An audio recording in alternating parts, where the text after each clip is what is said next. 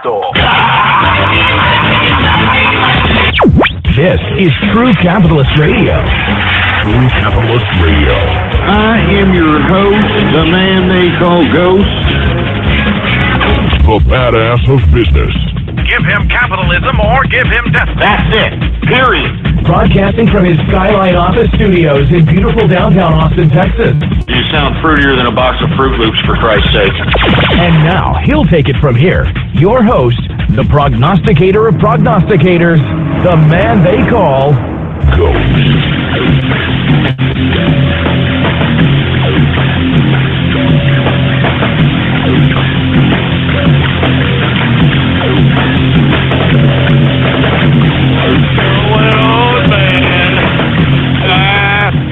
How's it going, folks? And thank you for tuning in with me to another edition of the True Capitalist Radio broadcast. And before I get into anything else, I am your host, the man they call Ghost. And once again, folks, I want to thank you very much for tuning in with me. This is episode number 486. Episode number 486 for all the folks that are keeping track of the True Capitalist Radio broadcast. Anything else, I'd like for everybody to please spread it around like wildfire and let everybody know that True Capitalist Radio is in effect and in the house. And we are live every Monday through Friday, 4 p.m. Central Standard Time, right here on the official website of the True Capitalist Radio broadcast. And it is blogtalkradio.com/ghost. That's blogtalkradio.com/ghost. And go ahead and follow us on both the social media, Twitter and Gab, folks. Gab, of course, is the Twitter alternative. You can get there by typing in your browser, gab.ai. Once again, I'm at both of those social media, Twitter and Gab, under the name Politics Ghost. All one word, no underscores. Politics Ghost is the name to follow. Now that we've gotten that all out of the way, folks, we've got a lot to talk about here. I'm telling you, before I get into the financial hour, I want to preamble with this. I believe that right now we are witnessing a shift in the Trump foreign policy. As a matter of fact, I don't know, nor do people that are within his inner circle know exactly which way Trump is going to pivot. But we are going to talk a little bit about that. We're going to discuss that later on once we get through the financial hour. But I think that Stephen Bannon, once, of course, being removed from the National Security Council, and, of course, it was reported that he's been replaced by none other than former Texas Governor Rick Perry. Aside from that, we're going to talk about the Jared Kushner, Ivanka Trump implication as it pertains to Stephen Bannon and the potential pivot in the foreign policy of Donald Trump, folks. And I think that many people that are on the Trump train are starting to sense that something may be a little bit weird going on, but I'm going to explain everything, and I'm going to explain it in the second hour, okay? Because I'm going to be completely honest with you. I've always said that Donald Trump was starting a revolution from the top down. And I always suggested, not only have I always suggested, even Karl Marx suggested, that the only way a true revolution happens is from the top down, not from the bottom up. And that's exactly what the Trump train and Trump's resurrection to power, or I shouldn't say resurrection, but his rise to power, I should say, that's what it all encompassed. It encompassed the idea that Trump had an organization of people from the top that he organized and was able to utilize in a variety of different capacities to put him into a position of power. Now that he's in that position of power and has bewildered the elites of not only this country but of the world, now all of a sudden the elites want to make a deal. The elites now want to make a deal. They know that they don't want to be completely eliminated. The tide of regular Mr. and Mrs. Joe World out here is starting to pivot towards a more populist funding. And whatever encapsulates that populism, populism seems to be the recipe of the day. And in my personal view, folks, I think that everybody right now is making a deal. And I'm going to talk about the very complicated web of international relations relating to everybody. Everybody's making a deal right now. And we're going to talk about all these deals that are being made as we speak by every country, every world leader, every elite, because this is pretty much what Trump and his revolution from the top has basically forced the globalists to do. Now, what Trump does is a little bit complicated, because the reason I'm saying it's complicated because this man is playing five-dimensional chess against folks that really are pretty goddamn smart. If they weren't smart, and not just smart but dedicated, we wouldn't be here in this epicenter of globalism. But because the globalists have been very smart, cunning, and patient, I mean, they've been planning this for over 100 years. Plus, 100 years plus, 200 years. I mean, this goes to show you that for them to want to try to not just make a deal, but the whole structure of globalism itself is restructuring. And that's what we're witnessing right now, folks. And we're going to talk about that here in the second hour, or maybe even sooner. I'm going to try to get through these markets as quick as we possibly can, because this is serious business what's happening. We are genuinely seeing a potential pivot. Because remember, I haven't heard one word from Trump stating that he's going to blame Assad for this or anything to that capacity. I just heard that he was disgusted. I just heard that was, obviously saying a lot of words that anyone who would view a supposed gas or chemical attack would be suggested. They would be like, oh, this is horrible, this is an affront to humanity, someone's got to pay, so on and so forth. He didn't directly say that Assad was responsible. He didn't say anybody was responsible. But because he's not saying anything, he still has to deal with an internal apparatus that does not want to let this foreign policy go. And this is what I talked about yesterday, folks. The deep state does not want this foreign policy of the destabilization of the Middle East to go. And I'll explain why.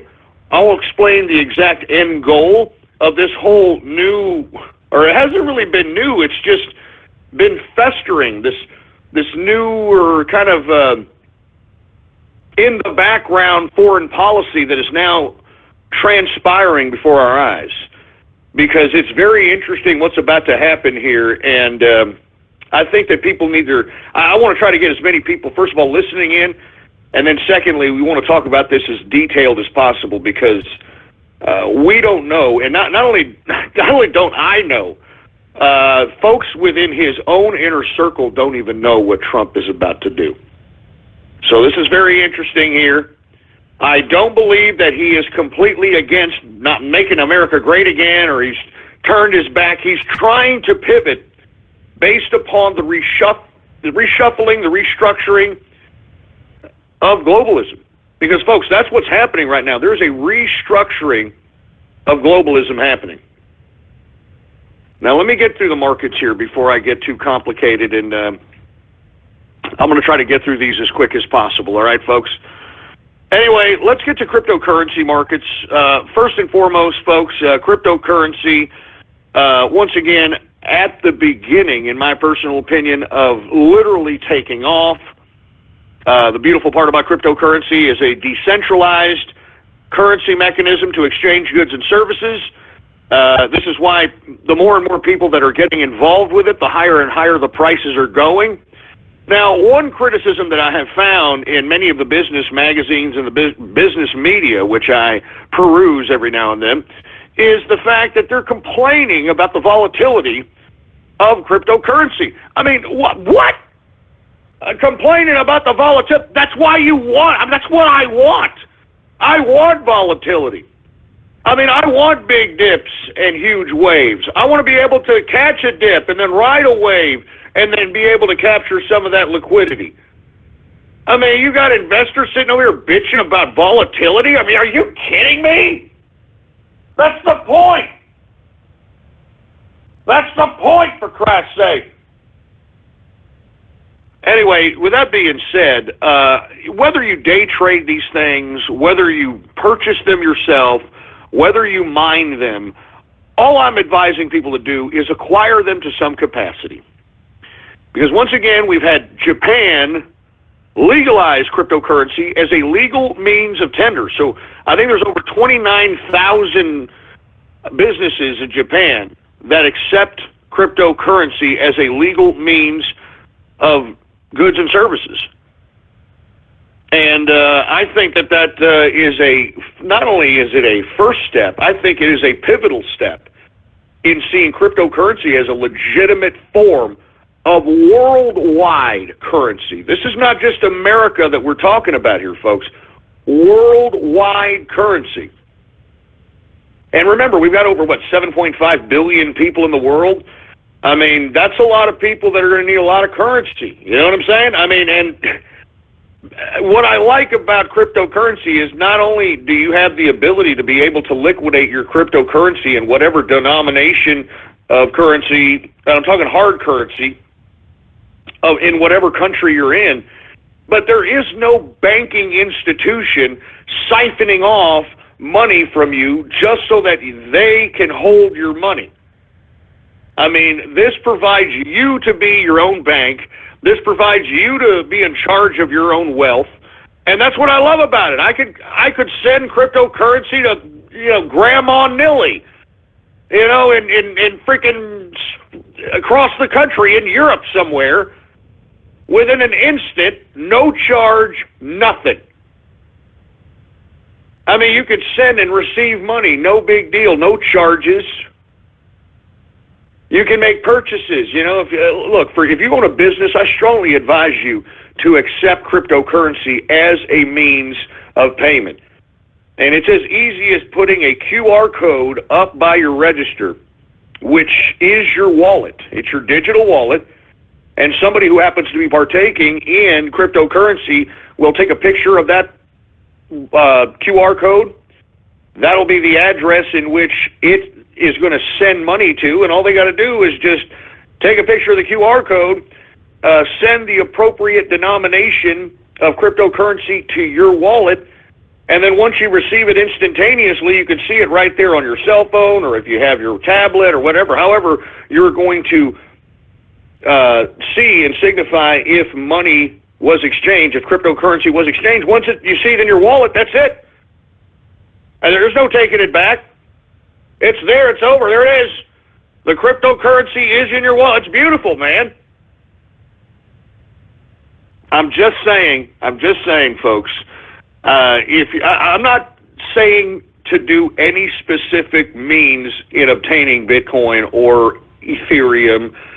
Litecoin has taken a huge increase, although it's starting to pull back because of the rise of the dollar. Now, lest we forget, when we see a rise in the dollar, because we're dealing with currency here, if we are comparing this cryptocurrency to the U.S. dollar, if the U.S. dollar goes up, then the value of cryptocurrency goes down. But lest we forget, folks, let's just take this for an instance. Let's say you become a freaking cryptocurrency millionaire, which I believe is very, very easily going to be done for folks that are on the ground level, which I believe right now is the ground level. I mean, the folks, let me explain something. The reason I'm saying it's the ground level is because right now there is a plethora of Bitcoin, or I should say altcoins, which is alternative coins to Bitcoin. Now, about a couple of years ago, that wasn't the case. As a matter of fact, Bitcoin dominated the market anywhere from 95 to almost 100% of the cryptocurrency market. So since then, folks, right now, Bitcoin's dominance of the market has lowered to about 69%. So within a couple of years, Bitcoin's dominance of the cryptocurrency market has fallen. And the reason it's fallen, folks, is because a lot of different reasons. First and foremost, there's other algorithms that provide a lot more flexibility. I tweeted a tweet earlier today. Let me go ahead and try to look for it. That talks about the different flexibility, the speed, and the ability to integrate a contract. Here it is. Let me go ahead and retweet this. Here it is. This is why I am personally long on Ethereum, because it has a lot more flexibility to Bitcoin. Now, secondly, many of the folks that possess and hoard the Bitcoin that, are basically holding on to them right now are the people that initially mined a good portion of them before Bitcoin even became popular. So you got a lot of dorks out here, with all due respect for you guys that are holding all this Bitcoin and are Bitcoin millionaires and all that crap. You guys were just mining this cryptocurrency before anybody knew anything about cryptocurrency, that sort of thing. All right? Now, with that being said, what you want to do is you need to realize that Bitcoin is being held by those dorks that initially started, mining these things, started distributing these things. So these guys hold the majority of the Bitcoin. Ethereum was crowd-funded. So, there's not a small portion of the initial people that started the cryptocurrency that are hoarding the cryptocurrency. So I think that within itself is going to bring down the cryptocurrency dominance of Bitcoin, because Bitcoin is kind of cornered, is what I'm trying to get at. It's kind of cornered by the folks that initially started mining these things in the beginning. All right? Now, people are tweeting at me, and I'm seeing in the Inner Circle chat room what's going on in the Inner Circle. I'm hearing that I am being tapped. They're hearing the weirdest beeps ever. And to be completely honest with you, I wouldn't doubt it. I wouldn't doubt it, because the things that I have been uncovering, the things that I have been saying have been coming to pass, and I'm pretty sure people are, in the deep state want to know, how the hell does this person know all this crap before we even know it? So with that being said, I don't want to get too far into that. Let's just talk about cryptocurrency right now, all right? Now, once again, you've got a lot of folks that are holding Bitcoin, Bitcoin specifically. Remember, Bitcoin was the first goddamn cryptocurrency on the scene. All right? It was the first cryptocurrency on the scene. So a lot of the folks that were there, which was a very, very small amount of people, they're the ones that have all the damn the Bitcoin in their pocket. And they're waiting, and I'm telling you this right now, they are waiting for Bitcoin to get and I'm not saying it's not going to get there, but they're waiting for Bitcoin $5,000, Bitcoin $7,000 before they start just selling out completely. And to be honest with you, I'm going to hold some Bitcoin for that. I'm not relying solely on Bitcoin for that. I'm long on Ethereum. I like Zcash. I like Zclassic.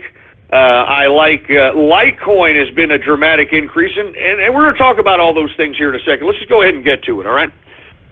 Cryptocurrency markets today, and as I stated, folks, get into this however. If you don't want to buy it and, put your credit card or debit card involved, fine.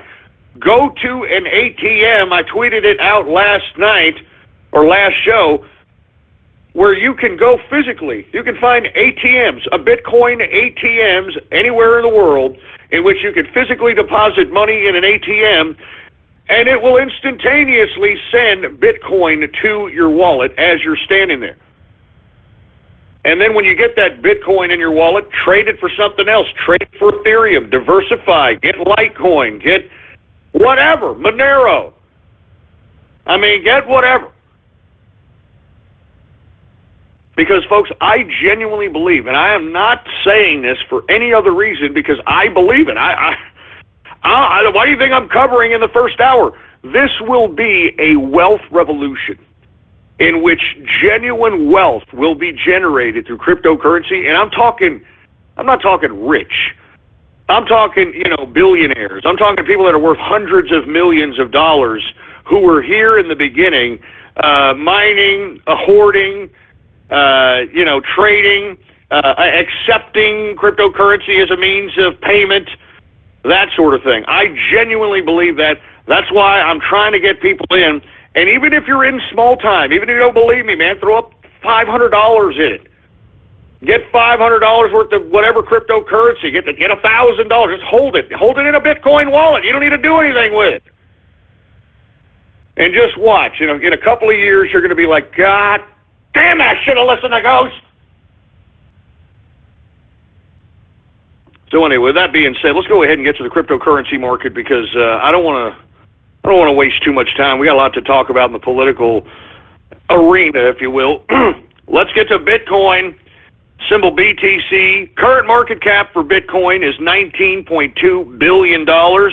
Current circulating supply for Bitcoin is 16.2 million in circulation of Bitcoin.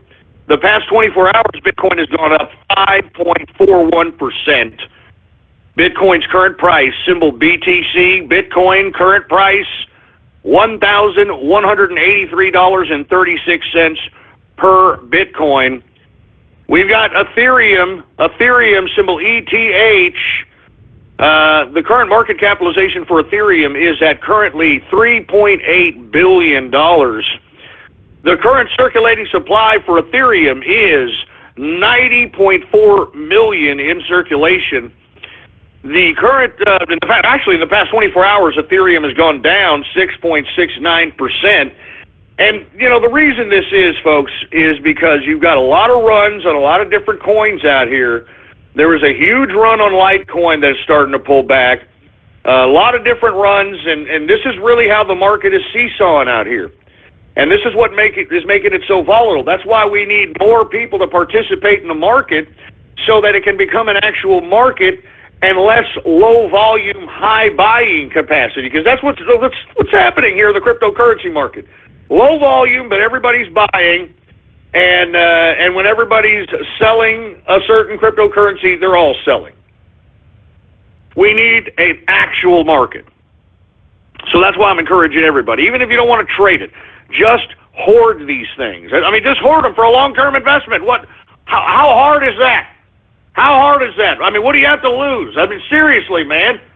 Just hoard them. Look, if you don't want to trade, you don't get it, fine, I get it. If you don't want to mine and, all that hardware and all that stuff, I get it. Just obtain them and hoard them. Hoard them. And just keep them in a digital wallet. And then you just, take a listen to the first hour of this broadcast every day. And then when you start hearing, wait a minute, I've got that in my wallet. Wait, good God, has it gone up? And that's when you realize you should have listened. That's all. Let me go ahead and get to Ethereum. It was down 6.69% once again because of the run on a lot of different other coinage.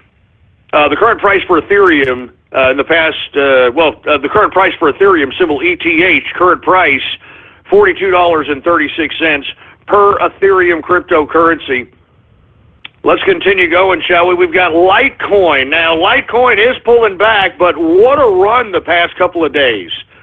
What a run.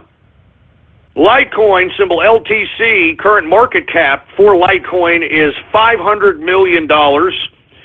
The current circulating supply for Litecoin is 50.5 million in circulation. In the past 24 hours, it has gone down 4.25%, but that's after going up at least, good God, at least somewhat like 50, 60% in the past couple of days. At least more than that. But really, really good increases the past several days. Now everybody's trying to pull out their money. Now they're pulling out their money and they're trying to put it in another cryptocurrency. That's the name of the trading game, folks. That's the name. You buy low, sell high. Don't get greedy. Take out your cash when you see the profit. All right? Now remember, the longer you keep it in there and you see it go up and up, the more risk you're taking that it could potentially just fall kaput. So that's why I always said, even in day trading and pattern trading equities, don't sit there and get greedy. Take your profits. It's better to have some profit than no profit, or worse, a loss. Anyway, Litecoin down 4.25% in the past 24 hours. Current price for Litecoin, symbol LTC, current price $9.91 per Litecoin. Dash, let's get to Dash. Current symbol for Dash is DASH. Market capitalization right now is at $465 million. The current circulating supply of Dash coin is at 7.2 million in circulation. In the past 24 hours, Dash coin has gone down 11.96%, but that's after going up a certain considerable amount of percentage, because once again, this is a very volatile market, and that's why I'm telling you, folks that are day trading this stuff, or pattern trading, because remember, this damn market doesn't sleep. So you could trade this all night long. So, you want to be able to make sure that you get in, get out. And just based on the fact today that we had a higher increase dollar value, U.S. dollar, you're starting to see it reflected in the cryptocurrency. The only places that you're not seeing it reflected is in Bitcoin and in some of the more secure, smaller altcoins is what I'm finding. Because you're starting to sense, and just by me covering this, you're starting to sense that there are safety coins in which the investors out here are pulling it out and putting in the profits into an altcoin or Bitcoin itself to be able to keep the profits they obtain by riding waves in other altcoins. It's obvious. It's obvious. We'll get to that here in a second. Once again, Dash down 11.96% in 24 hours. Current price for Dash coin, symbol DASH, the current price, $64.56 per Dash coin. Let's continue going here. What's going on? We got Monero. You see, all these have gone down because of the rise of the U.S. dollar. I mean, this is a currency market, folks. The rise in the U.S. dollar, that means, you're going to see a little bit of a pullback in the U.S. currency. But as I was alluding to before I got sidetracked, let's say you want to go to another country. Let's say you're worth a few $100 million. Let's say you're worth $1 million in cryptocurrency. In U.S. dollars, you're worth $1 million in cryptocurrency. Just imagine what that means in other countries. I mean, you understand what I'm saying? I mean, cryptocurrency, you can turn that cryptocurrency into any denomination of currency. And because it's only worth so much in America, just imagine what that cryptocurrency is worth in another country.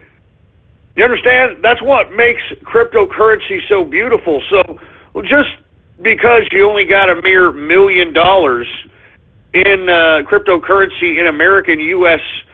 Exchange doesn't necessarily mean that that's it. I mean, that doesn't necessarily mean that's the end. You could go to another country and liquidate that cryptocurrency and, to be honest with you, live like a damn king. Live like a damn king, for heaven's sake, man. That's the beautiful part about the freedom of cryptocurrency.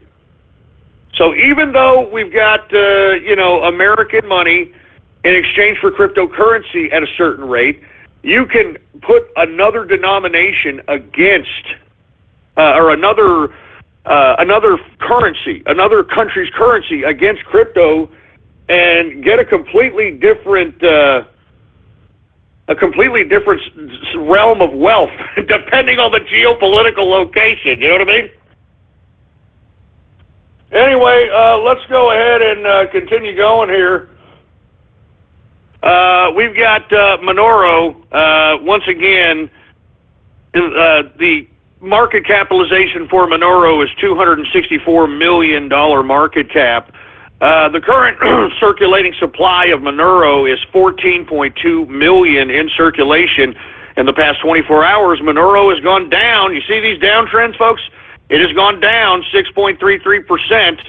Current price for Monero, symbol XMR, by the way. XMR is the symbol for Monero. Current price, $18.58 per Monero cryptocurrency. Let's continue going. We got Ethereum Classic, symbol ETC. Current market capitalization is $227 million market capitalization. All right, we've got, hold on just a second. What's going on here? Hold on. We've got something going on Blog Talk Radio. Apparently, people are having a technical difficulty. They can't really click on the link, from what I understand. Is this what's happening here? I mean, good God. Here, let me click on the link and see what the hell's going on, for Christ's sake. Oh, that's just great. Oh, great. I mean, is anybody listening to me now? Now I'm starting to realize what the hell's going on here. I mean, did we crash Blog Talk Radio here? What is Blog Talk Radio doing? Well, you can, Blog Talk Radio's coming up. What the hell's going on? What the hell's going on?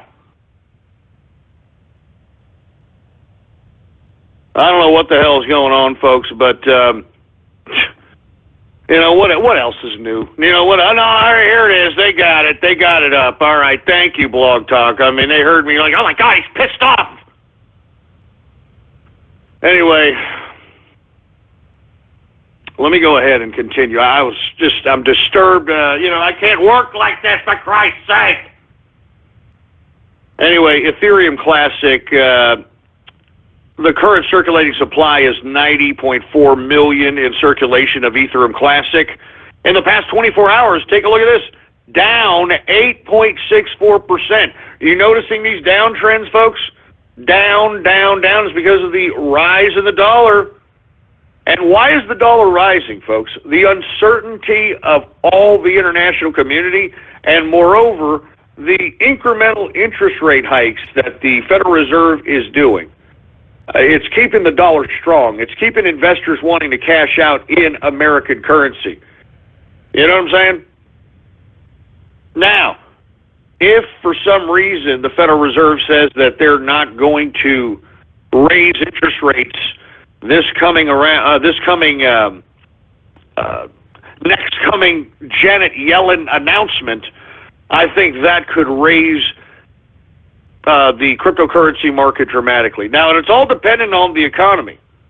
It's all dependent on the economy, according to Yellen. So we shall see.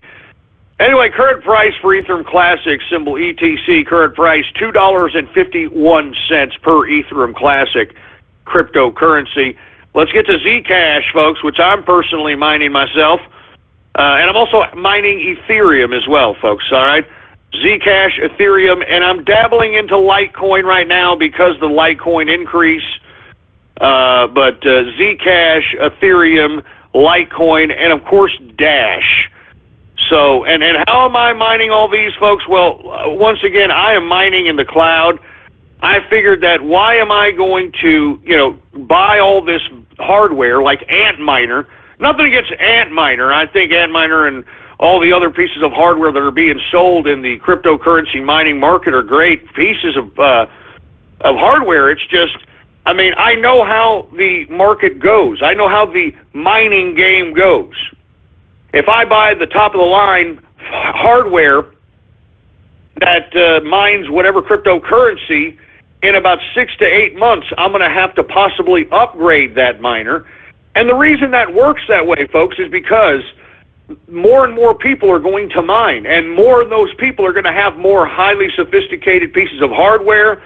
They're going to have bigger pieces of dedicated mining and hash power and mining capacity, so you have to keep up with the mining capacity, and that means either add on to your hardware server farm or sell your old hardware in hopes of getting enough money to try to obtain new hardware. So this is the real complicated aspect of physically mining. I do physically mine. I've got a nice graphics card, and it gives a decent hash rate. But, that isn't going to get you any kind of profit. I just do it more for the novelty. Mining for profit, folks, I'm not saying it's impossible. I think that if you have enough money and you buy, I read an article that a guy, he has a $46,000 rig.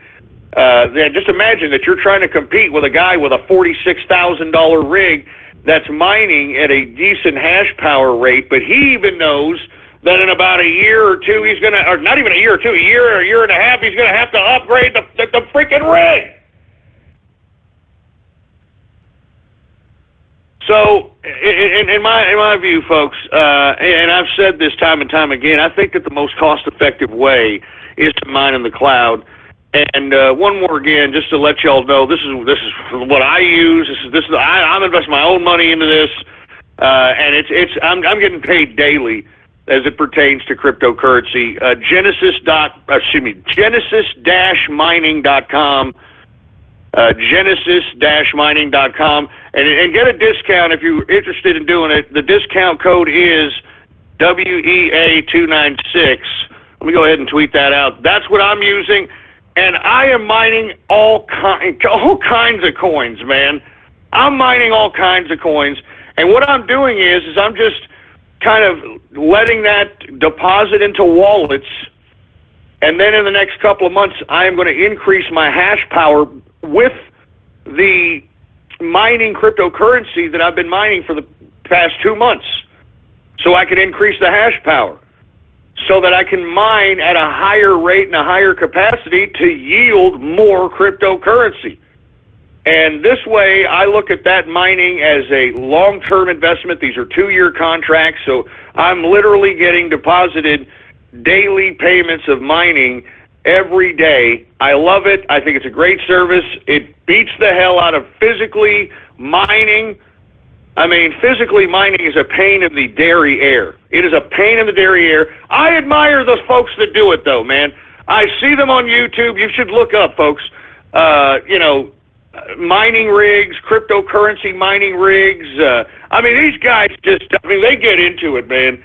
They get into it. I mean, they put it in their basements. They're having the air conditioned duct blow into there so that the damn things. And that's all these factors that you got to think about. You got to make sure there's airflow. You got to make sure there's not overheating. You got to make sure. It's a real pain. And look, I'm a capitalist, man. I got to worry about all kinds of other stuff.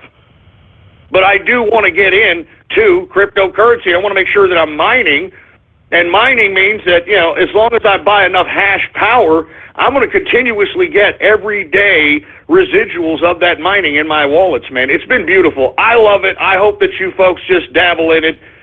And like I said, folks, if you're going to make the investment, don't do the $40-bucker or the $50-bucker, man. I mean, that's just, okay, it's a 2-year contract at $40-bucker, but, let's be honest. You're not going to yield much from that. You're not going to yield much from that. Think of it more like a long-term investment, man. I threw $1,000 here recently on this, and I expect within the 2-year contract a yield a hell of a lot more than that, just based on the current price. Folks, cryptocurrency is going to go up here in the next couple of years. We've got India, the next country, to debate whether or not cryptocurrency will be legal tender. All right? Legal tender as far as cryptocurrency is concerned. That's 1.2 billion people in India that are going to be utilizing cryptocurrency if they make it legal in India. And even if they don't, folks, to be honest with you, India has outlawed cash. So what does that mean?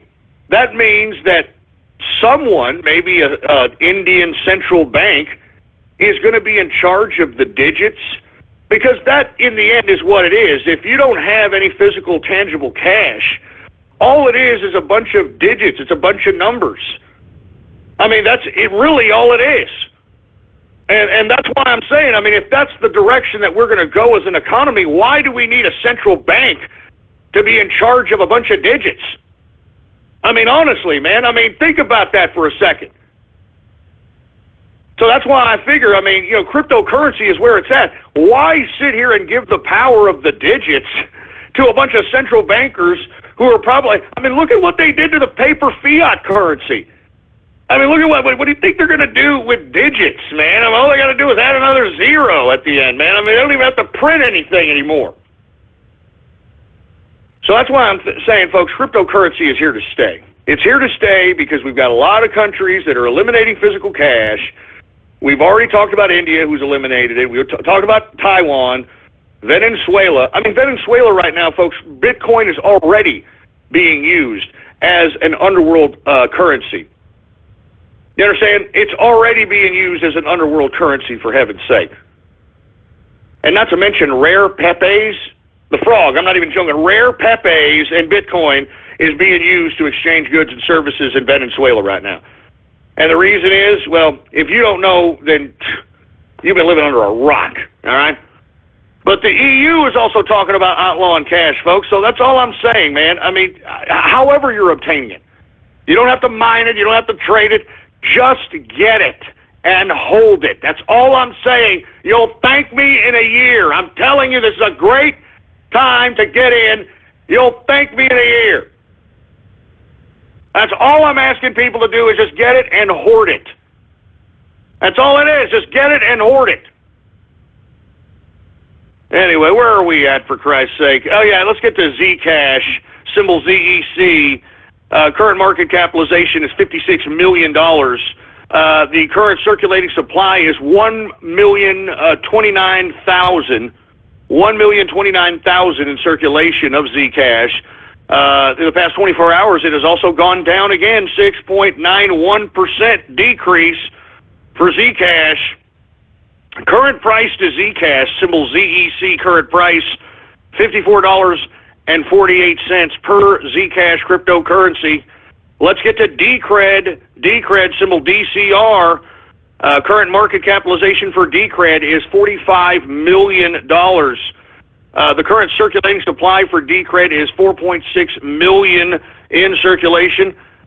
In the past 24 hours, Decred has also gone down. You notice this, folks? You notice this trend here? Everything is down except for a few cryptocurrencies that seem to be where these folks that are in the trading markets are basically going to as safe havens once they take their profits. Anyway, Decred is down 5.12%. Current price for Decred, symbol DCR, current price $9.78 per Decred cryptocurrency. Now let's get to BitConnect, folks. Now, BitConnect, in my view, seems to be one of those safe haven cryptocurrencies. And the reason I say this is because if you take a look at the chart on BitConnect, it barely goes anywhere but gradually up. Just a very small gradual increase. Just take a look at that chart. I think this is one of the safe havens here in which traders just kind of put their profits and hold it. In my view, I mean, I'm just looking at the charts, man. I've been in the damn trading game for a long time. You got to sniff out where the damn investors are going. All right, so what we got here is we've got BitConnect. Current market capitalization for BitConnect, by the way, is almost $31 million. The current circulating supply for BitConnect is 5.9 million in circulation. In the past 24 hours, BitConnect has gone up 8.64%. You see that? And if you take a look at the chart on BitConnect, symbol BCC, look at the chart. It just keeps going gradually up. You know, a nice safe haven there. All right? I mean, seriously, right? I'm not even joking around, man. I mean, just take a look at that gradual increase. This is where the traders in cryptocurrency are going and hoarding their profits, in my opinion. This and Bitcoin. But Bitcoin seems a little bit more shakier because it's still the dominant cryptocurrency. So right now, what I'm doing here is I am highlighting you're seeing a bunch of red in everything that I've talked about, and I'm highlighting what's up. Because whatever's up, that's where people are hoarding right now. That's where people are hoarding right now. Now, once again, BitConnect's, it's only 5.9 million in circulation, so that's another reason. I like low circulations because, I mean, it provides scarcity. So, the more you hoard in low circulated cryptocurrency, the more it's going to go up. That's why hoarding is big and important. That's why when folks tell you to hoard silver, hoard gold, I mean, that's the point of hoarding it, man. That's the point.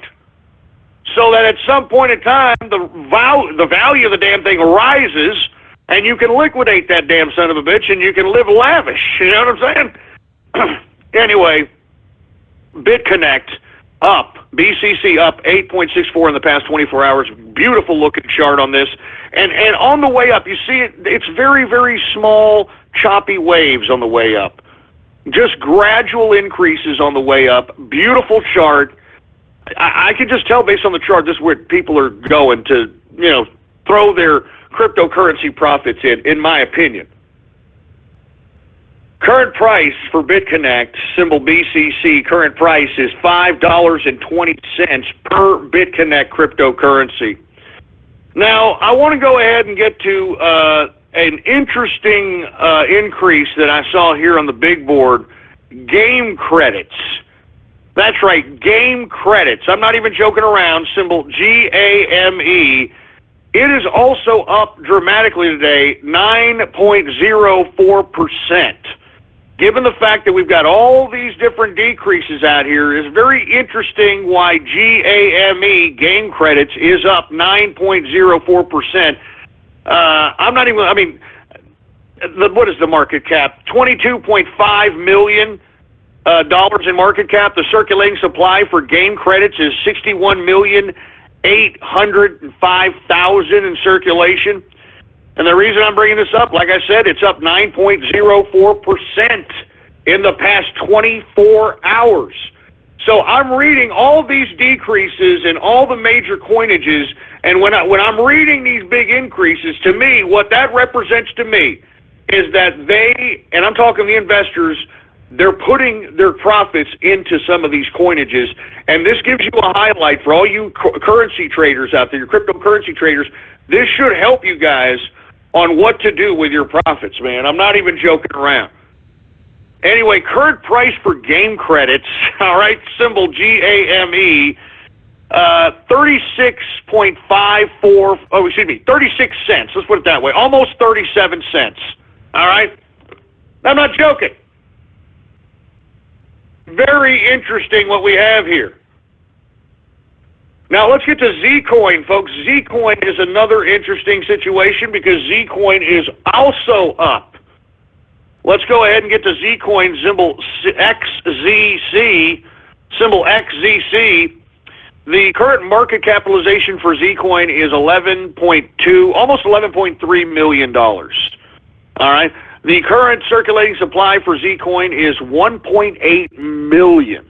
Only 1.8 million. Once again, small circulation. This is kind of what you would consider a small cap equity in the equities market. It's like a small cap cryptocurrency.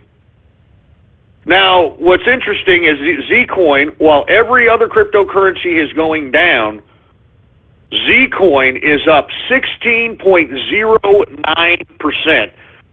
So, I mean, look, I know I'm going off a little bit long-winded on this cryptocurrency here, but what I do want people to understand is that there is a strategy that I am starting to sniff out as it pertains to trading these cryptocurrencies and where these investors in these cryptocurrency markets put their profits and, where they put their profits in bad sessions, in bad days. It's very interesting. Anyway, let's get to the current price of Zcoin, symbol XZC. Current price, $6.20 per Zcoin.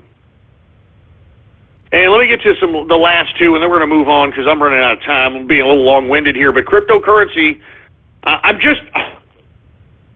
want people that are listening to my broadcast to become rich and part of this wealth revolution so that whenever we all get together, we have a freaking True Capitalist Radio Con or something, I mean, it'll be as wealthy and as elegant as anyone's ever seen, because yours truly is trying to give you the information necessary to make you rich. And I'm talking rich, baby. Come on, man. Come on, man. Let's get to Bitcoin Dark, folks. Bitcoin Dark, symbol BTCD. Current market capitalization is $10.3 million. The current circulating supply for Bitcoin Dark is about 1.3 million in circulating supply. In the past 24 hours, Bitcoin Dark has gone down 3.68%.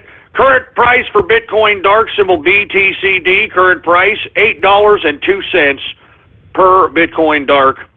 I also want to talk a little bit about, and I'm going to end it with this one, because I don't want to keep covering everything else. You kind of understand. I'm looking on the big board. I don't see anything okay, there's one more on that's got some positive numbers, but other than that, I want to talk another coin here, folks, that is bizarre. Right now, we've got something called Arctic Coin.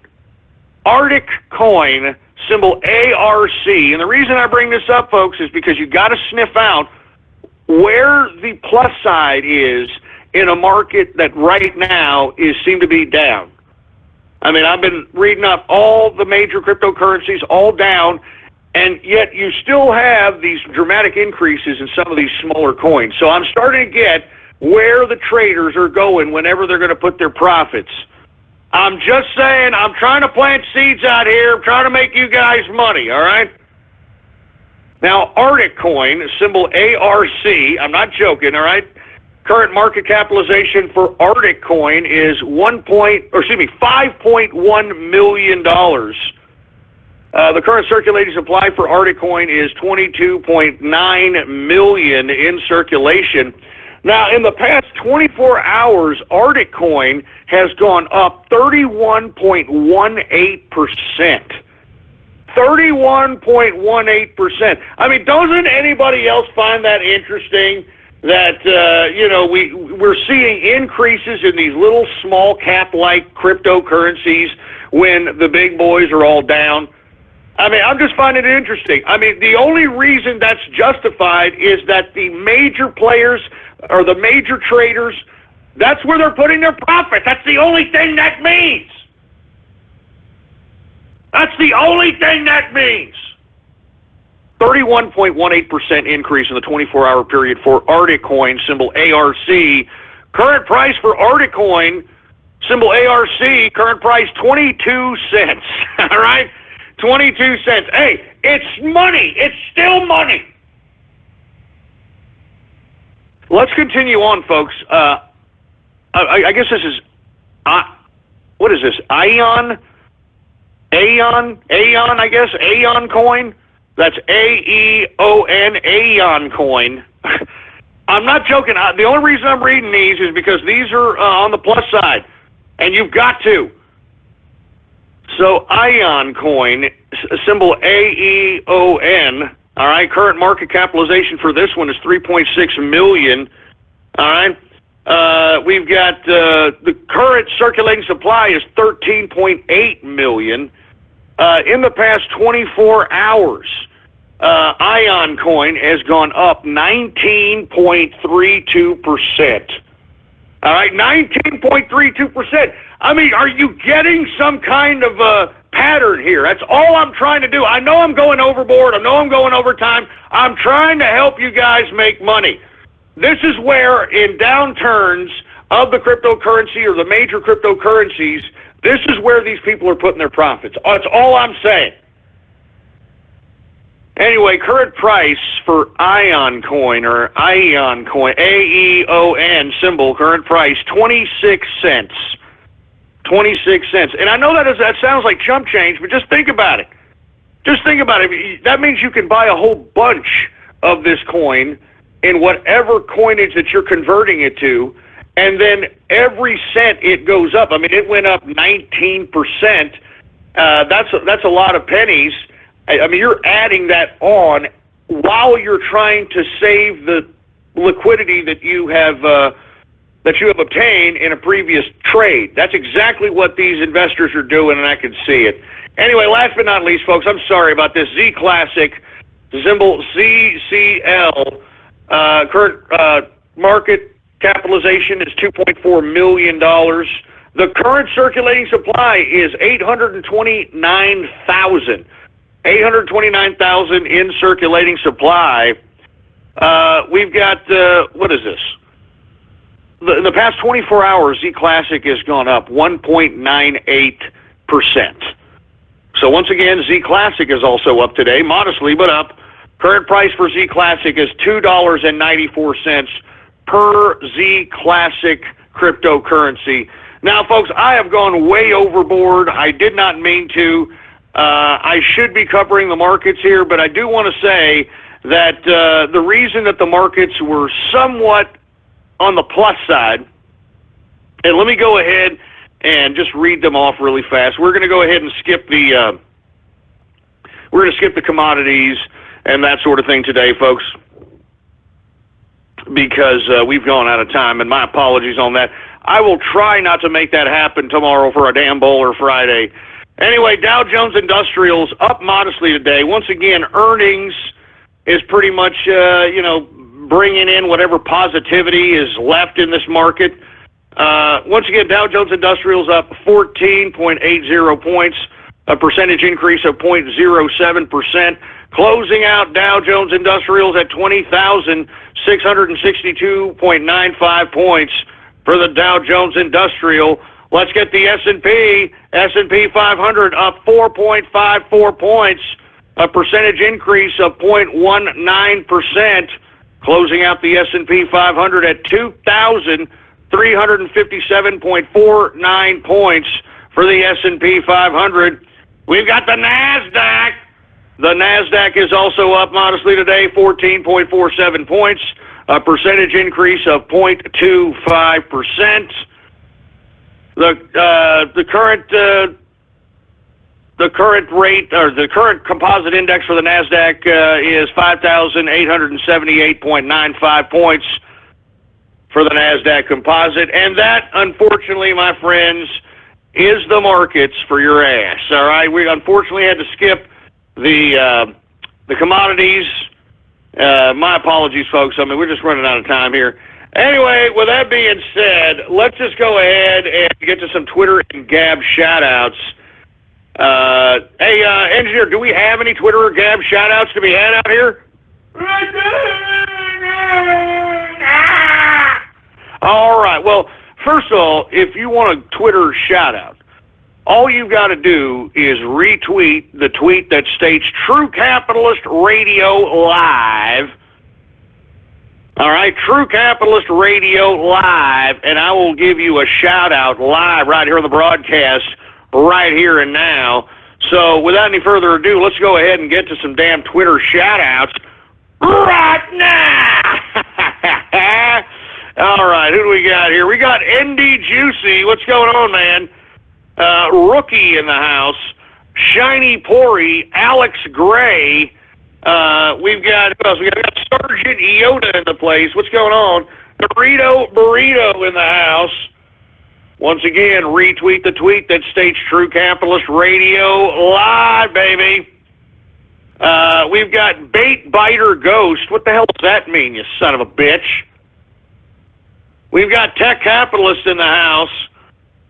We've got Sell Autism merch. Oh, Jesus Christ. You know what? Unfortunately, I hate to intermix shows here, but the folks on the Saturday Night Troll Show, which I also host every Saturday night at 5:30 p.m. Central Standard Time, they actually want to buy my kids, baby. They want to buy my kids merch so that they can get a third hour on the Saturday Night Troll Show. I'm not even kidding. I'm not even joking. Anyway, who else we got here? We got T-Shog. We got Mr. Potato Headless, whatever the hell that means. Dr. Bristle in the house. We've got, I'm not going to say that for Christ's sake. 1 day since last drink.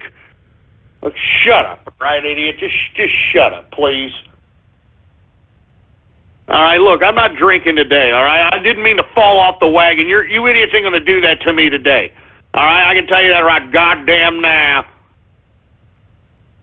We've got the 727 caller in the house.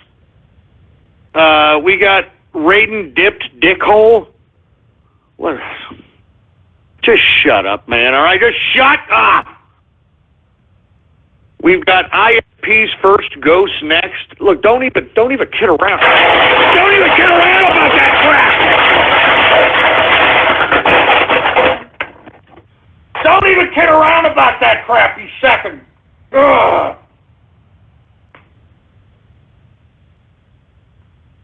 Son of a bitch, give me the mic. ISP's first ghost nigga, shut up! Just shut your stupid face. Jesus Christ, we got Kingfish in the house, what's going on? We got R.I.P. Don Rickles. Yeah, no kidding. Don Rickles died today at 90 years old, man. Unbelievable.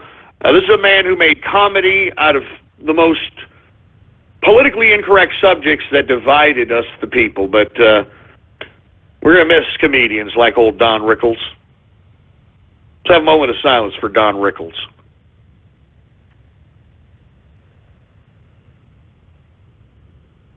Anyway, folks, we are now in the second hour of the True Capitalist Radio broadcast. And, of course, I am your host, the man they call Ghost. And once again, I want to thank you very much for tuning in with me. Before we get started, I'd like to remind everybody to spread it around like wildfire and let everybody know that True Capitalist Radio is in effect and in the house. And we are live every Monday through Friday, 4 p.m. Central Standard Time, right here on the official website of the True Capitalist Radio broadcast. And it is blogtalkradio.com/ghost. That's blogtalkradio.com/ghost. And, of course, follow me on Twitter and Gab. The Twitter and Gab name is Politics Ghost. We're doing Twitter Gab Shout Outs now. So anyway, let me go ahead and take a couple more Twitter shout-outs. We got Trumpet Capitalist. What's going on, man? We got the Brody Network in the house. We got Rickled Don Rickles. Rickled Don Rickles. Leave Don Rickles alone, man. You could only wish that you had 90 Don Rickle years, all right? I mean, Don Rickles was kicking it with Sinatra, for Christ's sake. He was kicking it with the Rat Pack. What the hell were you doing? We got Ron Lispy Wyden, whatever the hell that means. We've got Ghost equals autistic leader. Man, don't even kid around about that, please, man. Stop! Just stop! Man, you guys are sick, man. Assad passed gas. Look.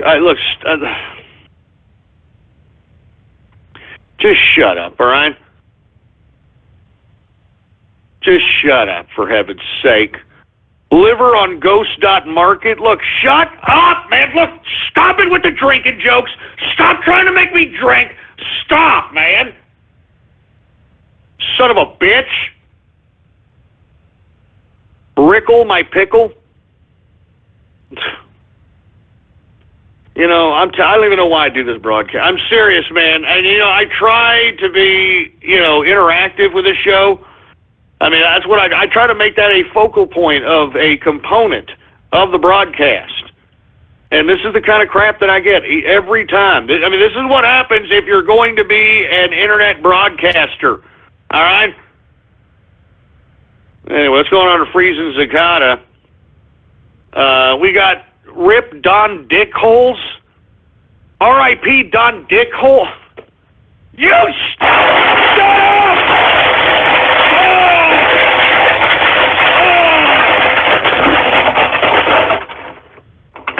R.I.P. Don Dickholes. I should have never have told that story, man. I should have never have told that story, man.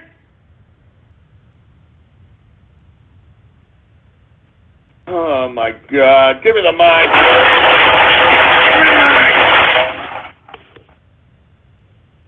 Jesus. There, Don Shekels. Oh, that's funny. That's funny, you idiot. Getting blown in Georgia. Man, you guys are assholes, man. You guys are assholes, man. Good God. Getting blown in Georgia. Do you understand that they're having tragic goddamn storms out there in Georgia? There's tragic storms out there, you heartless bastard, man.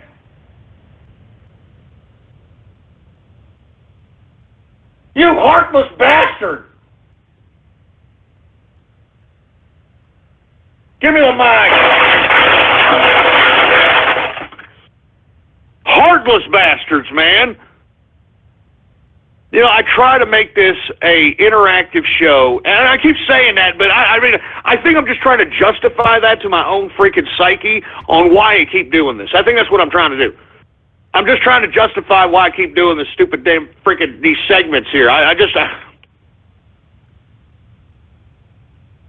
mean, do you understand this show is serious business, man?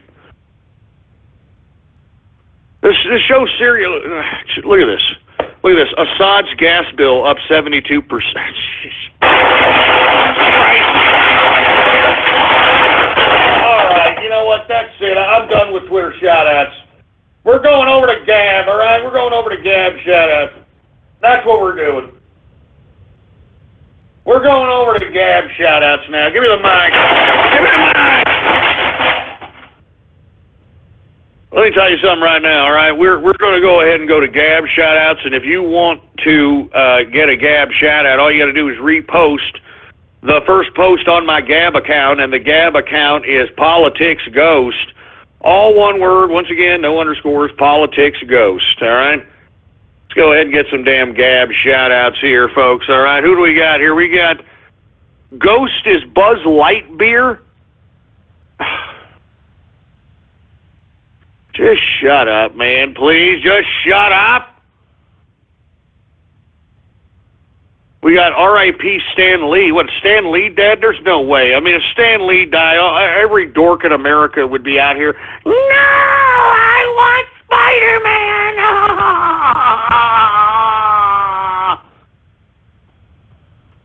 Son of a bitch. Who else we got going on over here? We got, I'm not going to say that stupid name.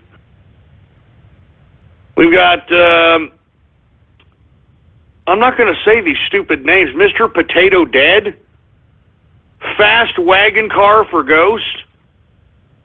Oh, Jesus Christ. DeLorean Jackson.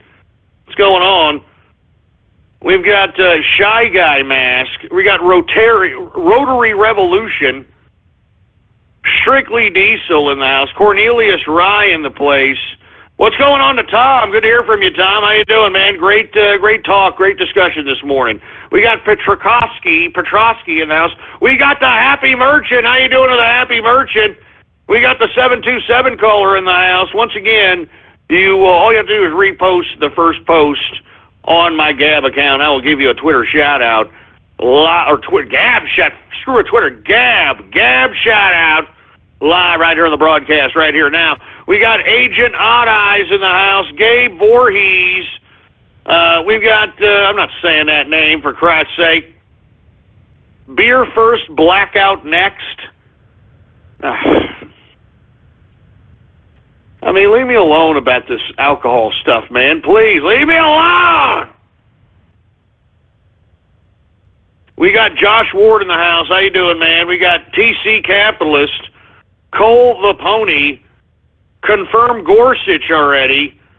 Who else we have here? I'm not saying these names for Christ's sake. Here's Don Rickles Dickhole. Oh my God, for Christ's sake. What is this? 8 equals 5, rate and snake 0 LOL. I don't know, what the hell is that supposed to mean exactly, all right? What the hell is that supposed to mean? Drunk Ghost is best host. Man, thanks a lot, man. Thanks a lot. We got Supa in the house. We got Doyce Vault. We got Trump or Death. Harp set sail in Georgia. All right, after that, that's it. I've had enough.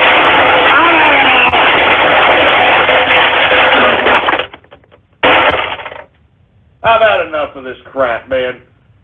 I've had enough of the damn shout-outs. I've had enough. I just don't want to do them anymore. All right, I'm done. You all just know how to ruin everything. It's all your fault. It's all your goddamn fault. Give me the mic. Give me the mic. It's all your damn fault. Good God. Anyway, look, I'm not going to pay attention to Twitter or Gab anymore because I know all you idiots are going to try to do is antagonize me. I know all you're going to try to do is besmirch my show, besmirch me, and we don't have time for that. We ain't got time for that, man. Ain't nobody got time for that. So anyway, folks, let's go ahead and get to the crux of the broadcast here, folks, because we need to start discussing some of the serious issues that are transpiring right before our very eyes, folks. So let's go ahead and do that. First and foremost, let's talk a little bit about the Stephen Bannon being removed from the National Security Council. Now, with Bannon out, who is influencing the President of the United States' policies at this point in time? And because Stephen Bannon has been pulled out, what does this signify? Now, I alluded to yesterday that I thought that Bannon's removal from the National Security Council was more about a signal to the alternative media that they were not as influential to the president as they once were, in my view. That's what I interpreted the removal of Stephen Bannon from the National Security Council. And of course, Stephen Bannon is the editor of Breitbart.com, or was the former editor of Breitbart.com, and I just felt that this was just a symbol, a sign to the alternative media that, hey, Alex Jones, Cernovich, and all these other people that think that they're more significant to the Trump administration than they actually are, hey, that's enough, all right? Your services are no longer needed. That's what I initially thought. But now, I want to be completely honest with you, with some of the rhetoric that's coming out of the Pentagon, some of the rhetoric that's coming out of other surrogates of the president and his administration, it seems at face value that the president has made a pivot in his foreign policy. Now, I want to be completely honest with you, folks. I always said that the revolution, a true revolution that is going to impact and create true change, starts from the top down, never from the bottom up. And the reason I suggest this is because that's the only way true change does happen. And I said this a long time ago. Even when I came back last March, I said that what Donald Trump represents is a revolution at the elite of the elite levels. Because remember, a lot of the folks that are right now bashing the man were actually very good friends with him. They were chums with him. They did business with him. And why are they in an opposition? Why are they trying to utilize their resources to undermine his authority? Because he is changing the game. Now, with that being said, folks, I am starting to believe that Trump is realizing that the system is a living entity amongst itself. It's its own living organism. That's what I've always said about bureaucracy, didn't I? That's the most dangerous part about bureaucratic systems. Once you create a bureaucratic system, it itself becomes a living organism. Case in point, let's take an example. Since we've got the Chinese president coming in, visiting the president today, let's talk a little bit of Chinese history.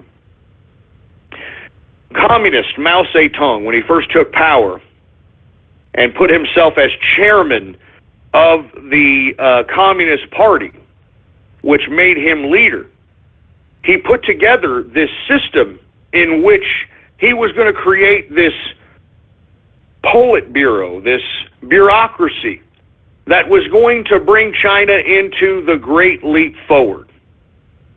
Now, the unfortunate part about the Great Leap Forward is that it killed millions of people because it reallocated resources that would traditionally go to feed the Chinese population. It allocated those resources to industrialize China.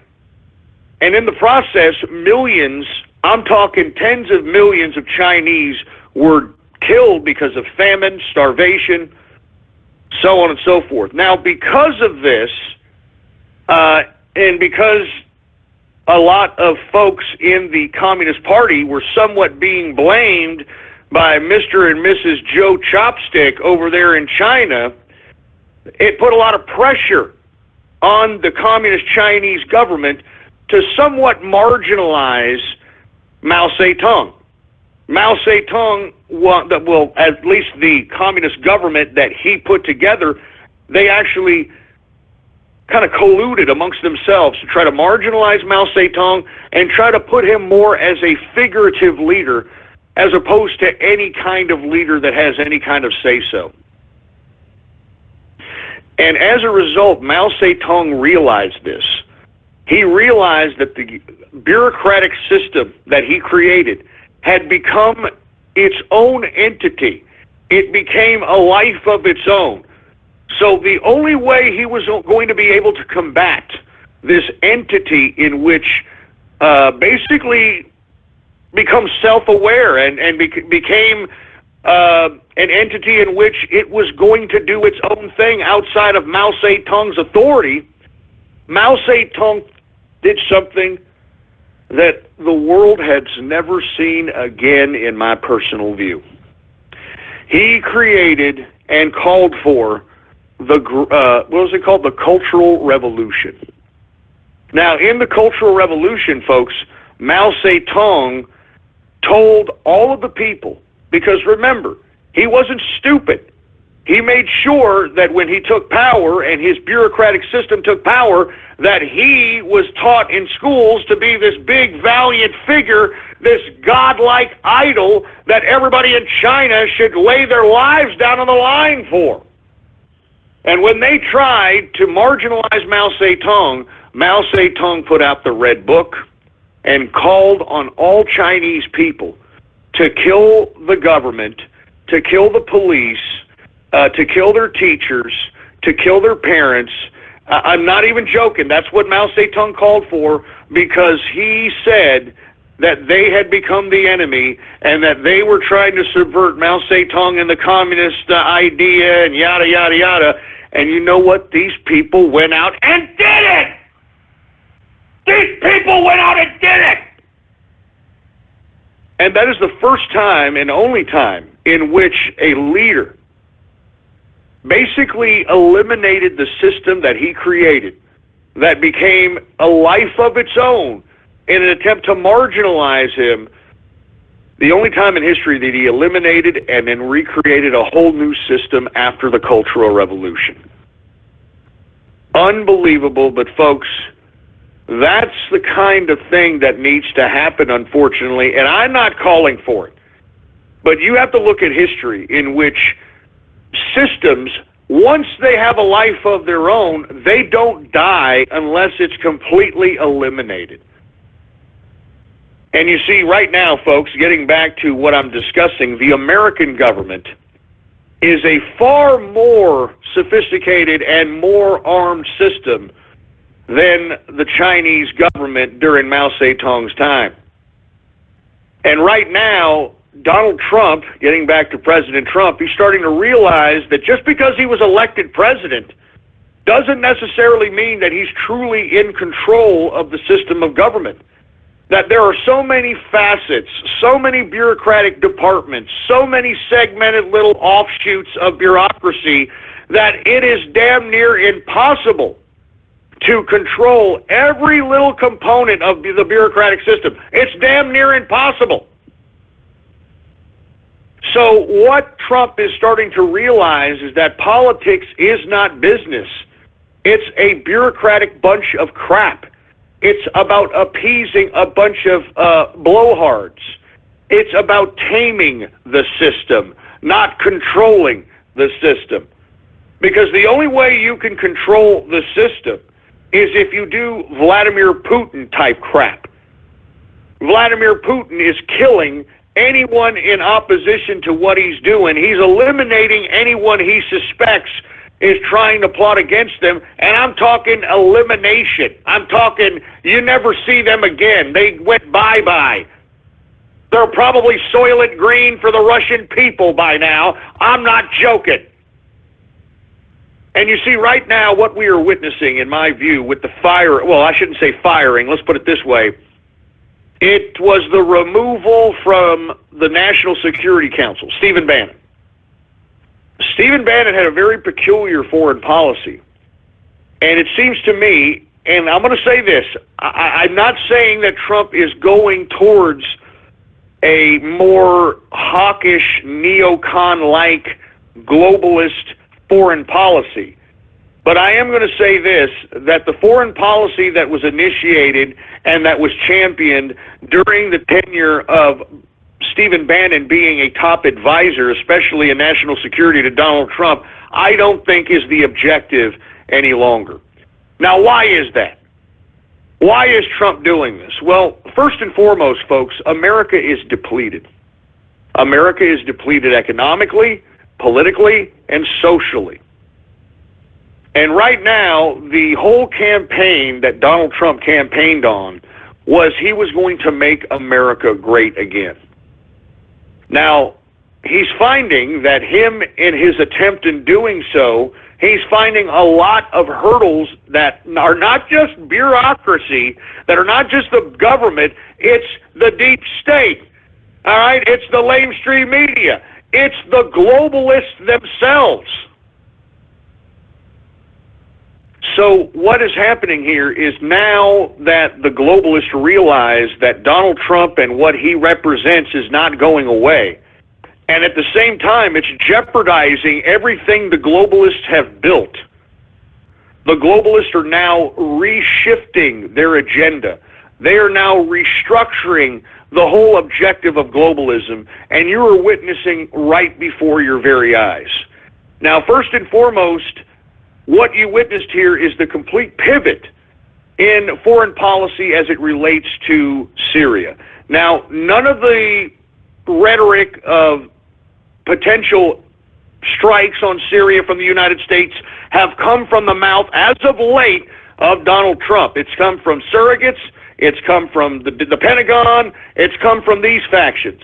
The only thing Donald Trump did say was that the gas attacks or the chemical attacks were an affront to humanity, and it needs to be dealt with, whatever that means.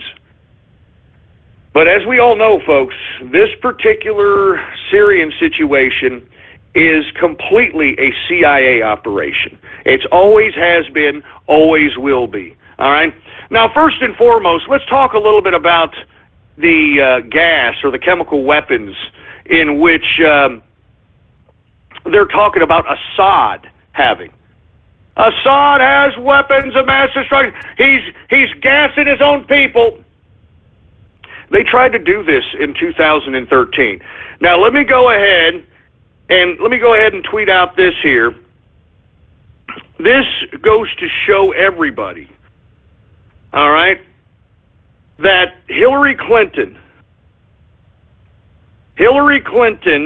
was the actual party who sent chemical weapons into Syria via the goddamn quote-unquote rebels. She's the one that gave the rebels the damn whatever gas they've got, whatever chemical weapons they got.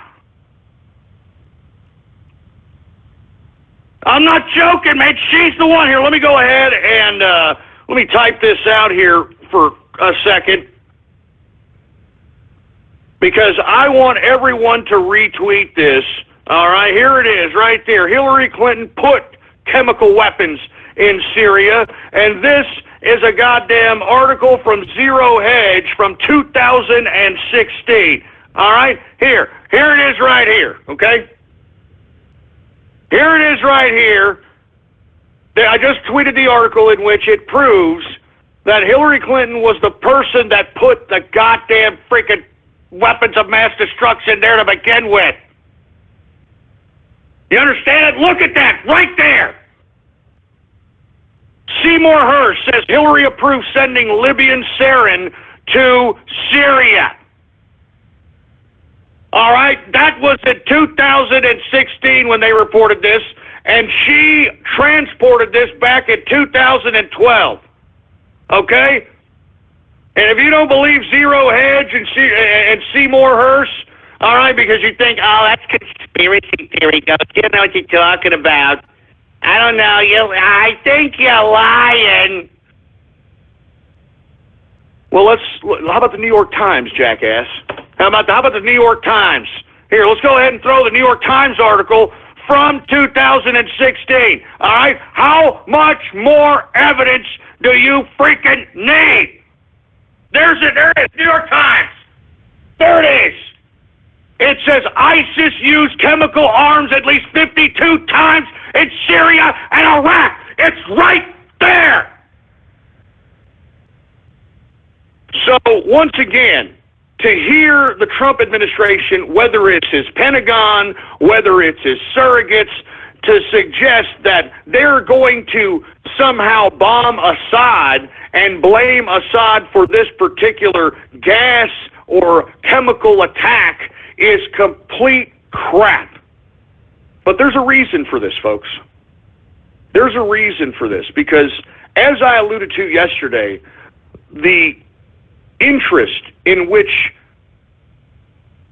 whoever the powers that be are, CIA, black operations, special forces, foreign policy makers, whoever, there is a sincere want and need to overthrow the secular governments in the Middle East. And the last secular government right now is Bashar al-Assad. Remember, Iraq, Saddam Hussein was a secular Baathist. Libya, Muammar Gaddafi was far from a devout goddamn Muslim, okay? All right?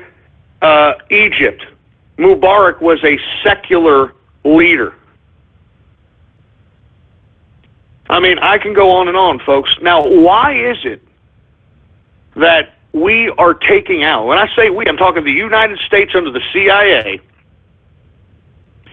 why exactly are they taking out the secular leaders in such a fanatical area of the world? I'll tell you why, folks. Because how do you control the world? If you're a globalist, how do you control the world? You've got to control the population. Now, the population of Islam is somewhere between, 1.2, 1.5 billion people? I mean, they're a formidable force. What better way, and I've talked about this for years, folks. Folks, I talked about this in 2008 and 2009. I said if the CIA was smart, what they would do is they would pit these 2-3 different Muslim factions that comprise the Middle East and put them all against each other so they could kill one another. And folks, I am currently starting to believe that that is the objective of the destabilization in the Middle East. And let me explain why. The reason is because once we get rid of these secular governments, I'm talking the CIA and other like interests, once they get rid of all secular governments, then all of a sudden there is a big-time vie for power amongst a variety of different factions within the Middle East, and they are going to cluster fight each other. In that cluster fight, there's going to be two segments that take sides with one another that are going to side with either Saudi Arabia or Iran. And what the Middle East is going to become, this is why all of these secular governments were removed. What the Middle East is going to become is going to be a battle for the entire Middle East. Now, a factor in which the CIA is also acting as a third party kind of a means to disrupt the battle that'll take place between Saudi Arabia and Iran is Turkey. Turkey becomes kind of like the Communist government of China or the Communist Party of China during the invasion of China from Japan. When Japan invaded China and Chiang Kai-shek and his forces were battling Japan during World War II, all Mao Zedong had to do was flank these goddamn idiots from the sides. I mean, it was target practice for the communists in China. That's how come they were able to take over the country. Now, with that being said, let me explain this. Now, I know this is very, very scary. I know people are like, whoa, wait a minute. What the hell are you talking about, Ghost? This is pretty sick crap that you're saying. Why would they do this? Folks, you've got to control the world. It's about world control. There are 7.5 billion people in the world. You know, and to be honest with you, they're getting harder and harder to control. And I'm not trying to make an argument for the freaking globalists here, but, I mean, in the end, I mean, isn't the end goal is for all of us to live in somewhat harmony? I mean, right now, it doesn't seem that we're living in a whole lot of harmony. And the reason is because there's too many goddamn people on the earth! Now, what better way to be able to eliminate people than pitting them against one another so they can fight one another, so they can kill one another? And I also want to say that the Middle East is nothing but desert. Nothing but desert in the Middle East, right? In the midst of fighting Saudi Arabia versus Iran, wouldn't that be the perfect place to dispense a nuclear weapon in the desert? Huh? Oh, look, I'm just saying, I can see what's going on here. But what a perfect place to dispense a nuclear weapon to in the desert when Saudi Arabia and Iran are battling each other. Now, why do they want Saudi Arabia and Iran to battle each other? They want them to deplete their population and the Muslim population, while at the same time bankrupting both countries. All right, I'm serious. This is really the objective here. This is why, in my view, if Trump is going to take a pivot in the Middle East foreign policy, this is why. Is because he realizes what exactly the objective is for the CIA, and the CIA's objective, which I've always alluded to in my view, is to pit Iran against Saudi Arabia and eliminate the secular governments that could be in the way of their battle and allow them to have the entire Middle East as a theater of combat so they can battle each other into oblivion. And meanwhile, it would be a very easy and convenient location to just drop a nuclear weapon and eliminate a whole bunch of people that, with all due respect, you know, there's not too many people that are fond of Islam at this point in time. Look, I'm not saying I hate Islam or anything to that capacity, but I mean, there's a lot of hatred going on over there, and unfortunately, you know, no one's really going to miss. Oh, I'm just saying, man. I'm sorry. I hate to talk like this, but what did I tell you yesterday? If you're somebody who is taught how to construct foreign policy, you've got to think of human life like no big deal. They teach you how to do this in school, folks. Believe me. I mean, I'm going to be honest with you. I've taken classes back in a long time ago, all right, in foreign policy, international relations, you know, this kind of diplomacy, you know, foreign policy creation, that sort of thing. And this is the objective. I could see it on the wall. I could see it. I could see it. Now, with that being said, okay, let's just say that plays out in the Middle East. What about Asia? What about Asia? Well, folks, you've got your own thing brewing in Asia, and let's take a look. That's another big, huge population of people, isn't it? the Asiatic races. And let's be honest, folks, there's a lot of racism in the Asiatic races.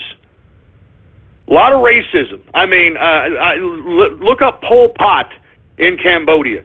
Pol Pot amongst a whole bunch of other Asian communist regimes. But Pol Pot in general utilized communism to kill Vietnamese, to kill Chinese. I mean, he killed them. He systematically killed 1.5, almost 2 million people in the span of like a few years. Okay? And the reason I bring this up is because that whole fomented racism is starting to boil in the Asian continent over there.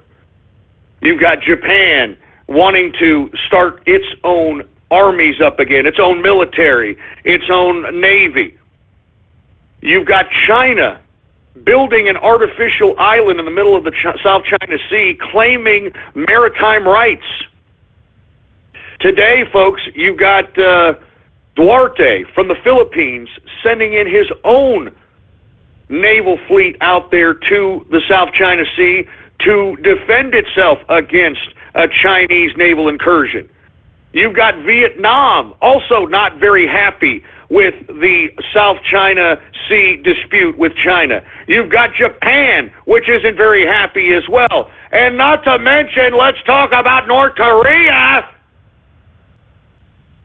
So, in my personal view, you've got your own situation happening in Asia. So what I'm seeing transpire right before our very eyes is this, is a reshift in the whole globalization concept. And what could possibly be happening, what could be shaping up, is theaters of combat in the Middle East and in Asia. And I hate to sound like George W. Bush, but if Trump can kind of negotiate something to where America can stay the hell out of whatever the hell is going to happen over there, they could fight over there so they're not fighting us over here. You understand what I'm saying? I'm not joking.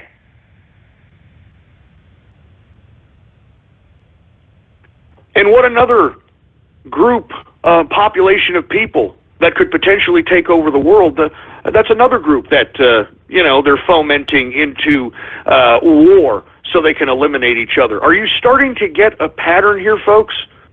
This is the shift in globalism at this point in time. And speaking of globalism, I'm sorry to get into all these goddamn foreign concepts, but folks, this is what's happening right now. Why do you think the Chinese are coming and bowing down to Trump? They're coming and bowing down to him. Now, whether Trump's going to believe him or not, who the hell knows? But why are they bowing down? Because they know that there is a restructuring of globalism. And hell, even Vladimir Putin is trying to renegotiate himself. You know, for all you folks that thought Vladimir Putin was this, man, you know what? I'm going to really have I'm going to have pleasure saying this news that I'm about to say to you folks, because all you damn white supremacist assholes and you alt-right pricks that were like, oh, the Putin, I love Putin, he's a strong, valiant leader. He's a Russian nationalist. Oh, yeah, he's against the New World Order. Oh, yeah, and all this crap, right?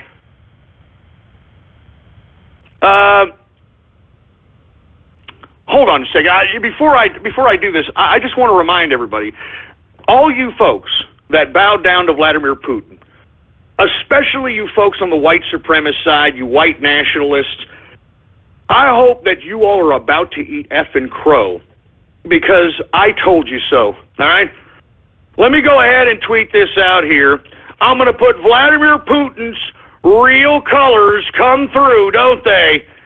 Here we go, real colors come through. Hold on, I'm almost done. I'm typing with one hand here and doing another, I'm moving a mouse with another. Here it is, folks. Let me go ahead and tweet this out. Sorry we're getting too into the foreign affairs and early in the broadcast, but I want to show you, I am proving to you right now that there is a globalist shift in agenda. Here's Vladimir Putin bowing down to Israel. Here it is.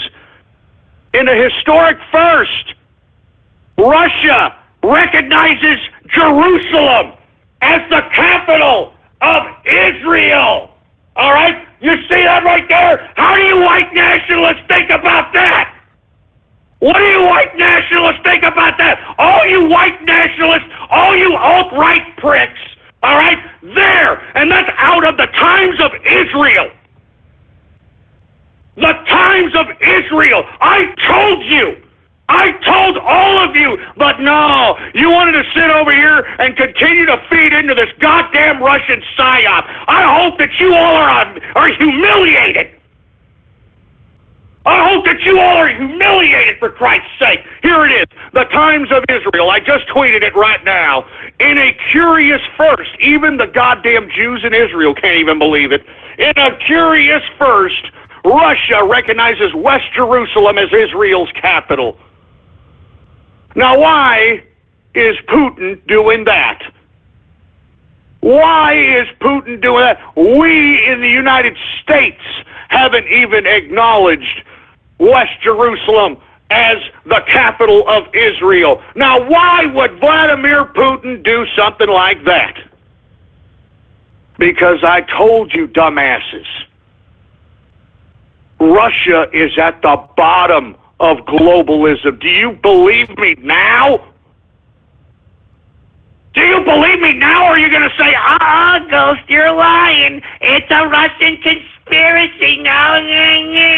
I hope each and every one of you that were tweeting at me that I was tinfoil hatting about Russia, that I was tinfoil hatting about Putin, I hope that you all are eating crow right now. You stupid, dumb idiots. You are just as stupid. You have just been proven just as stupid as an Obama follower, as a Bernie Sanders follower. You are pathetic. You're pathetic. So there you go, folks, okay? Now, look, I don't care if Putin is talking to Israel and recognizing Israel. The only reason I'm bringing it up is because of all you alt-right, white nationalists, sucking the goddamn foreskin of Vladimir Putin assholes that I've been having to deal with and look at on social media for the goddamn past 2 years. All right? I hope this burns, you asshole. I hope this burns like it burned the burn victims. Jesus Christ. Now, why in the hell would he do that? Why in the hell would he do that? I told you, folks. I told you. And I think everybody here needs to realize that there is a shift, a restructuring of the global order. And that is what Trump right now realizes, and Trump understands that now he has to play this international game of the grand chessboard. Now, another interesting fact, folks, and listen, I'm sorry I'm getting into the international stuff now. We'll get to the domestic stuff here in a minute. But another thing, Putin has said that his support for Assad, he's told the United States this, he's made this public, that his support for Bashar al-Assad is not, quote, unconditional. Not unconditional. So what does that mean? Putin wants something from the United States. Now, why does Putin want something from the United States? Because, folks, these people that are a part of this whole globalist scheme are restructuring themselves, and they realize that Trump has basically shaken and rocked the whole global order. And now people are repositioning themselves, and China knows that it's put itself in a very precarious situation, and that's why it's coming over here trying to negotiate with Donald Trump. So we shall see what Trump does. This puts Trump in a very good position, because now he should know that all of the world is just as precarious as the United States at this point in time. So once again, folks, I mean, I'm just trying to let everybody know that whether this Syrian attack was a hoax or not. I've told you it was a hoax. I told you in the beginning. But it doesn't matter, because now Bashar al-Assad is the chip, is the bargaining chip to restructure the global order. And what does that mean exactly? That means that Trump is starting to take the leadership in the global order. I mean, if you've got Vladimir Putin coming out and saying that his support for Assad, Bashar al-Assad, the leader of Syria, is not unconditional, that means he is willing to let Assad die if the price or if the goddamn treasure is right. Now, what does Putin really want? He wants the Ukraine. And he wants a couple of other provinces I could only imagine. In return, he's willing to let Assad go and withdraw his troops, and it's open season on Assad. Very, very simple, very easy. Anyone who understands foreign policy should see this is clearly the sign on the wall. All right? Secondly, who do you have also coming out saying that they would support Trump? None other than Turkey's Erdogan. Turkey's Erdogan promises to support Trump if he, quote, goes against the Assad regime. Are you seeing this now? Are you getting the restructuring of the global order now? Folks, this is what's happening right now. And this is why, if you want my view, Bannon was removed from the National Security Council, because Bannon's ideology, he's an ideologue. To implement such an ideologue type of endeavor would run the risk of jeopardizing everything America has built. And why sit here and try to, jeopardize everything America has built in opposition to the globalist infrastructure when you can act as an actor in shaking up the globalist infrastructure and usurping it? And I think that's exactly what Donald Trump is doing at this point in time. And the reason that he's had so much obstinance in the deep state, in the political class, in the mainstream media, is because they know. Because they're agents of globalism themselves, folks. I mean, the mainstream media, the deep state, the political class, they're all agents of globalism. Why are they against Trump? Because they know that Trump is restructuring the globalist idea. So once again, folks, it seems as if Syria is the bargaining chip. Now, whether the gas attack or the chemical attack was real or not, it doesn't matter anymore, right? Didn't I always tell you about that? Politics is about what people believe. It's not what's true. I know that's sad. It's very sad, but folks, it's the truth. Not everybody's paying attention of what's going on out here. It's about what people believe is the truth. And right now, most people believe that Bashar al-Assad, after so many years of seeing him in the news and, having the mainstream media tell him he's a bad guy, killing Muslims, whatever the crap. I mean, they're all Joe Sixpack in America knows is that he's a bad guy, and, so what if he goes? This is very interesting, folks. That's why I brought this up. That's what I said. That's why I let in, and I had, unfortunately, a very big diatribe on this subject matter, but it's very important. Stephen Bannon, out of the national security meetings, show that someone else is influencing the president. Now, I've had some talks with some people, and I can't tell you who is influencing the president. But I can tell you this, that the president knows exactly what he's doing. He knows that he's putting his life on the line, and he knows that he himself has restructured globalism. And that's why he's meeting with the Chinese. That's why you've got Russia announcing that they are recognizing East Jerusalem as the capital of Israel. You've got Putin wanting to talk to Trump. Why does everybody want to talk to Trump all of a sudden? Everybody in the world wants to talk to Trump, and yet the damn political class in this country and the mainstream media and the deep state want to take him out. Why? because Trump is usurping the globalist order. And I know that's probably not something people want to hear, especially those that were out here talking about, making America great again. I don't think that Trump is not going to make America great again. I still think that's part of his agenda. I just think that people don't understand the complexity of international relations and foreign policy to understand what's truly going on. And I'm trying to lay it out as plainly as I possibly can, because it's a lot of information I just threw at you guys. But this is what's transpiring. Now, what will happen? It's truly up to Trump. That's why Trump hasn't told anybody. He hasn't told anybody. So, in my personal view, folks, Assad is the chip, the negotiating chip amongst the globalist powers. That's why you have so much movement. That's why you have so much conceding. I mean, Turkey's Erdogan now is promising to support Trump if he goes against the Assad regime in Syria. And why does Turkey want him to go against Assad? Because what have I been telling you? Turkey knows what's going on.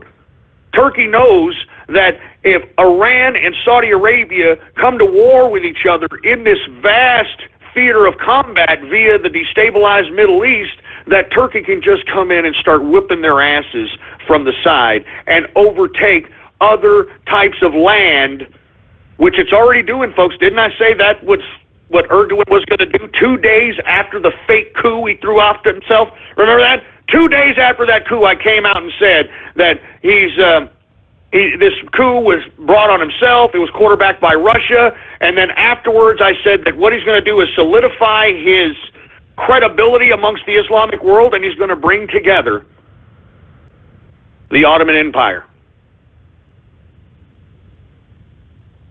So once again, folks, I want to remind everybody that right now, the foreign policy is taking a little bit of a change. But to be honest with you, folks, I personally believe that maybe there is something to be said that we need some level of war so that we can prevent the fanaticism that's fomenting in both the Muslim Islamic world and the Asiatic race world. And what I would hope Trump will do is kind of just have America take a passive approach to the global war, because there is a global war that's going to happen, folks. I hate to say it. I know that, everybody wants to be John Lennon, give peace a chance. There's just too many disturbances all across the international community. There's too many people that hate each other, that need to have this fight and need to see people die and blood in the streets. I mean, there's so many people that need to see this before people start realizing and say, hey, why are we doing this? So in my view, folks, I know there's a lot of people on the Trump train that are a little disappointed, that thought that, Trump was going to be a peacetime president or whatever the case might be. The thing is, folks, is that the United States is not the superpower anymore. We are but a component of the globalist system. And what Trump is trying to do is make us a superpower again. So with that being said, folks, I hope that I've explained to you in a very, very simple yet complex capacity what Trump is doing here. I mean, he's talking to China, and take a look at this. He's already talked to who? He talked to King Abdullah of Jordan. He's talked to Egypt's Sisi. And these are two countries that are basically going to act as buffers as well. I mean, they could potentially hit up the flanks of a Saudi Arabia and Iran war. I'm telling you, this is really the end goal of all this. Because I'm going to be honest, I don't think that the strategy of getting Iran and Saudi Arabia into a war with each other is the bad idea. And the reason I say that is because that's the only way that we're going to rid ourselves of fanaticism, is if we direct the fanatics amongst each other. Okay? And that's all there is to it. Now, with that being said, there's an EU factor going on here. That's why you got the EU basically acting on its own here, because it can't believe that its bureaucratic global power is being diminished based upon this restructuring of the global order.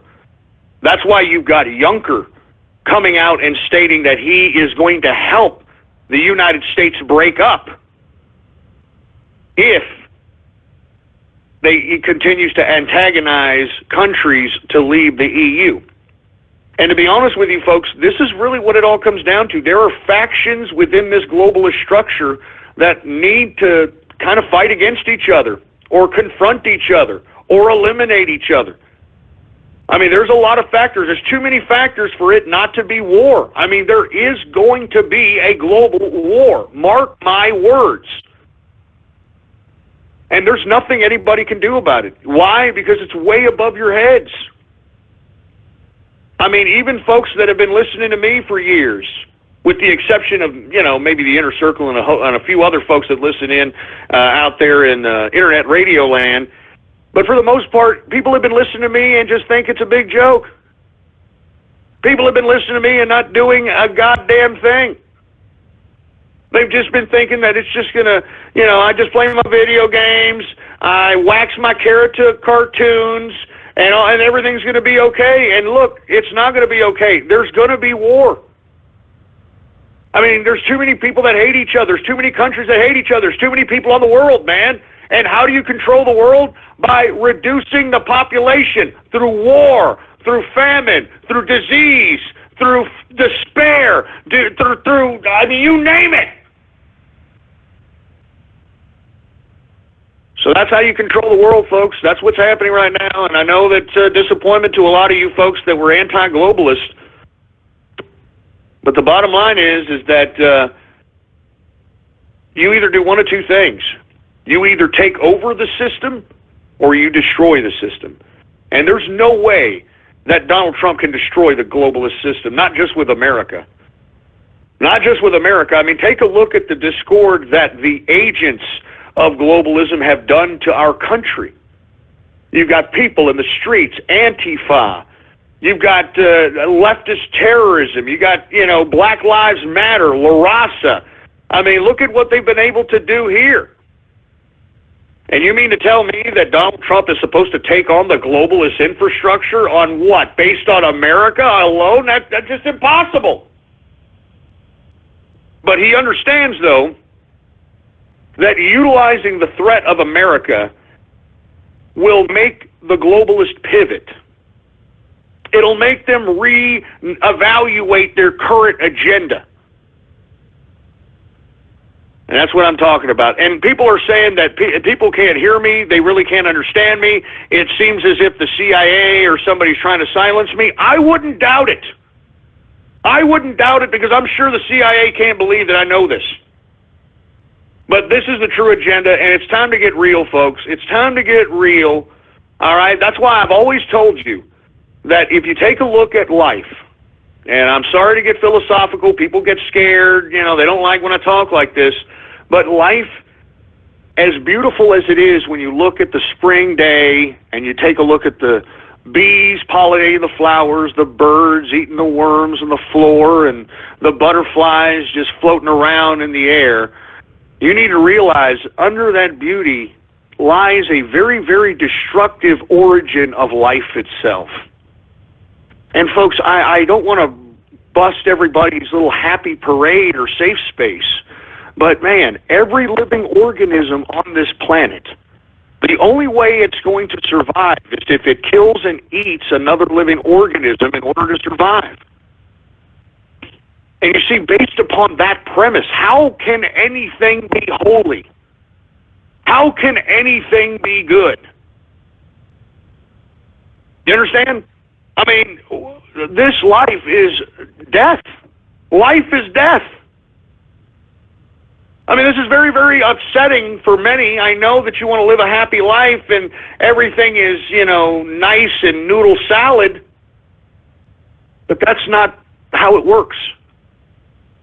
Everything has to kill and eat another living organism in order to survive.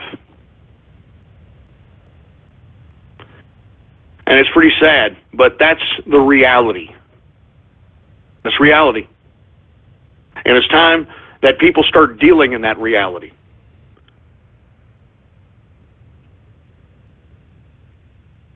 Anyway, folks, we are now in the third and final hour of the True Capitalist Radio broadcast. And, of course, I am your host, the man they call Ghost. And once again, folks, I want to thank everybody for tuning in with me.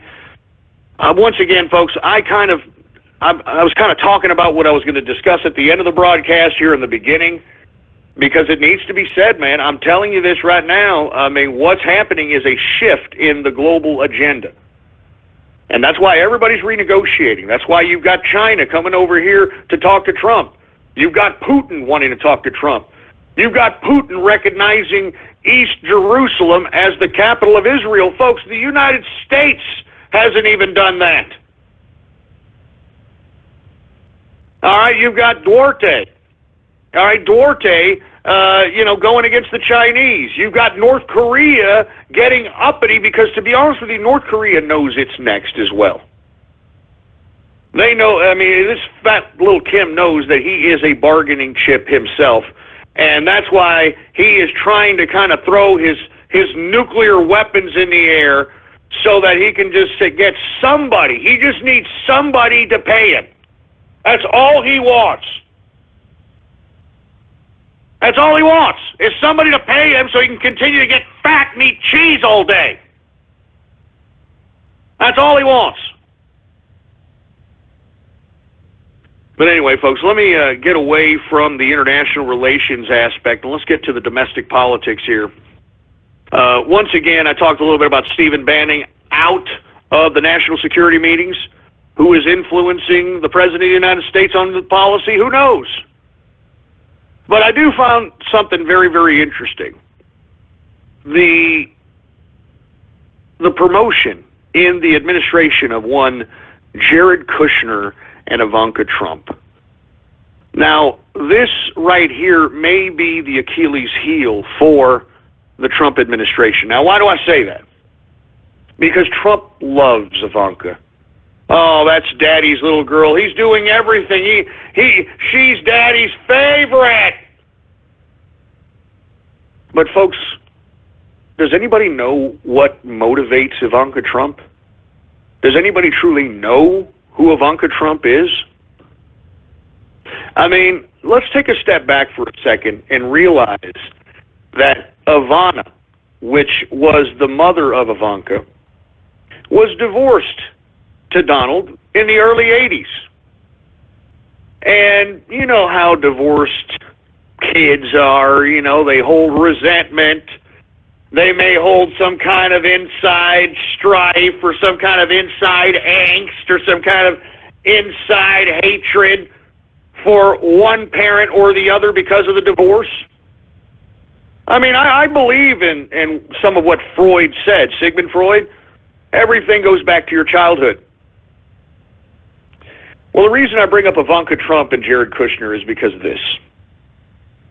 Ivanka Trump here recently, since she's been promoted in the administration, has come out in opposition to certain policies that her father has initiated and put forth. Moreover, the promotion of Jared Kushner is also a very interesting scenario because, I mean, let's be honest, that's her husband. So, in my view, folks, if you want to talk about somebody who may have influence over the president and who is close enough to influence the president, I'd look at Jared Kushner and Ivanka Trump. Now, why would Jared Kushner and Ivanka skew the president's foreign policy or his policies into something that was completely opposite to what he campaigned on? Because, folks, there may be an element of resentment in Ivanka, and I think people need to look into Jared Kushner. Now, I didn't talk too much about this kid, and the reason is because I was hoping that Donald Trump didn't make him such an integral part of his administration, but now that he has, it's a little disturbing because I feel that Kushner can use Ivanka to basically manipulate Trump into doing whatever Kushner wants him to do. And because of these promotions in the administration of Kushner and Ivanka, this is something that is very, very interesting, to say the least. And then you have this pivot, or what is at least interpreted as a pivot in foreign policy. Everything starts getting very interesting. And not to mention, folks, I read in a report that Stephen Bannon is indirectly blaming Jared Kushner for his removal on the National Security Council. And I also read another report somewhere, and I should have tweeted it, but I didn't. It was reported that Steve Bannon would call Kushner a cuck and a globalist behind his back, which caused a lot of, I guess it caused a lot of bad blood amongst the internal administration. And as a result, this is why you have Stephen Bannon out as a foreign policy advisor. And more along the lines, from what I understand, Bannon is going to work on domestic policies, which has pretty much marginalized him into nothing.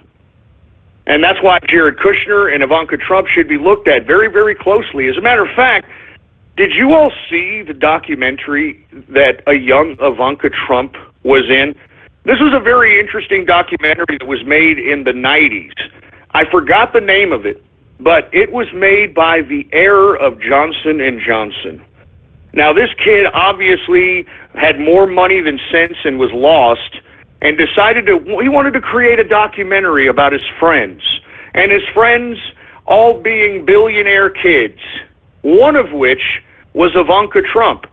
And I think it was a very interesting documentary because it showed how disconnected and how warped and how cold and how weird these goddamn billionaire kids really are. And I think that everybody should try to look for that documentary and take a look at a young Ivanka Trump and see how she portrayed herself back then. And you mean to tell me that all of a sudden she's evolved into something, more mature than what she represented herself in that particular documentary film? Yeah, I think it was called Born Rich. Thank you very much, Trump and Capitalist. Born Rich.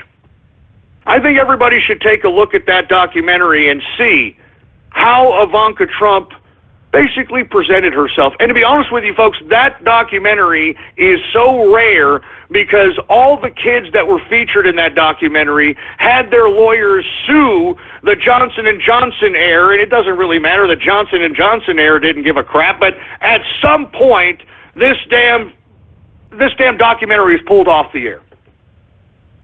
And it's because all the rich kids that were featured in this documentary were a bunch of disgusting brats. Now you've got this Ivanka Trump. Now look, folks, I haven't talked about Ivanka Trump. I haven't talked about Jared Kushner because I was hoping that they weren't going to be a part of the administration. And now that they're a part of the administration, this is why you're having, in my opinion, the shift in foreign policy. That's why you're seeing Stephen Bannon out.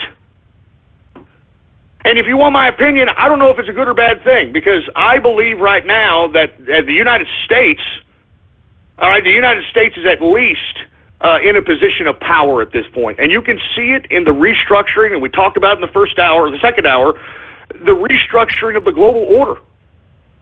I mean, look at everybody wanting to meet with Trump. I mean, look at this, man. You've got Putin saying that Assad is not unconditional. His support for Assad is not unconditional. What does Putin want? He wants Ukraine. He wants other provinces like Georgia. And he doesn't want any intervention from anybody when he does it. Erdogan, he's coming out and promising to support Trump if he goes against the Assad regime. What does he want? He wants to expand the Ottoman Empire, which I said was going to happen literally 2 days after the fake coup he threw on himself.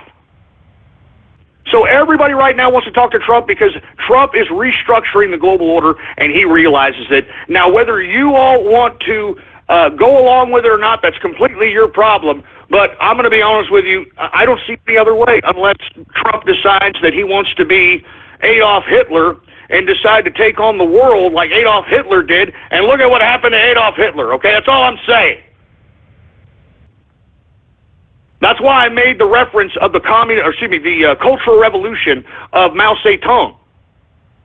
I mean, that's the only way that you're going to eliminate an institution that has a life of its own. Folks, bureaucracy. Once a bureaucracy is born, it has a life of its own.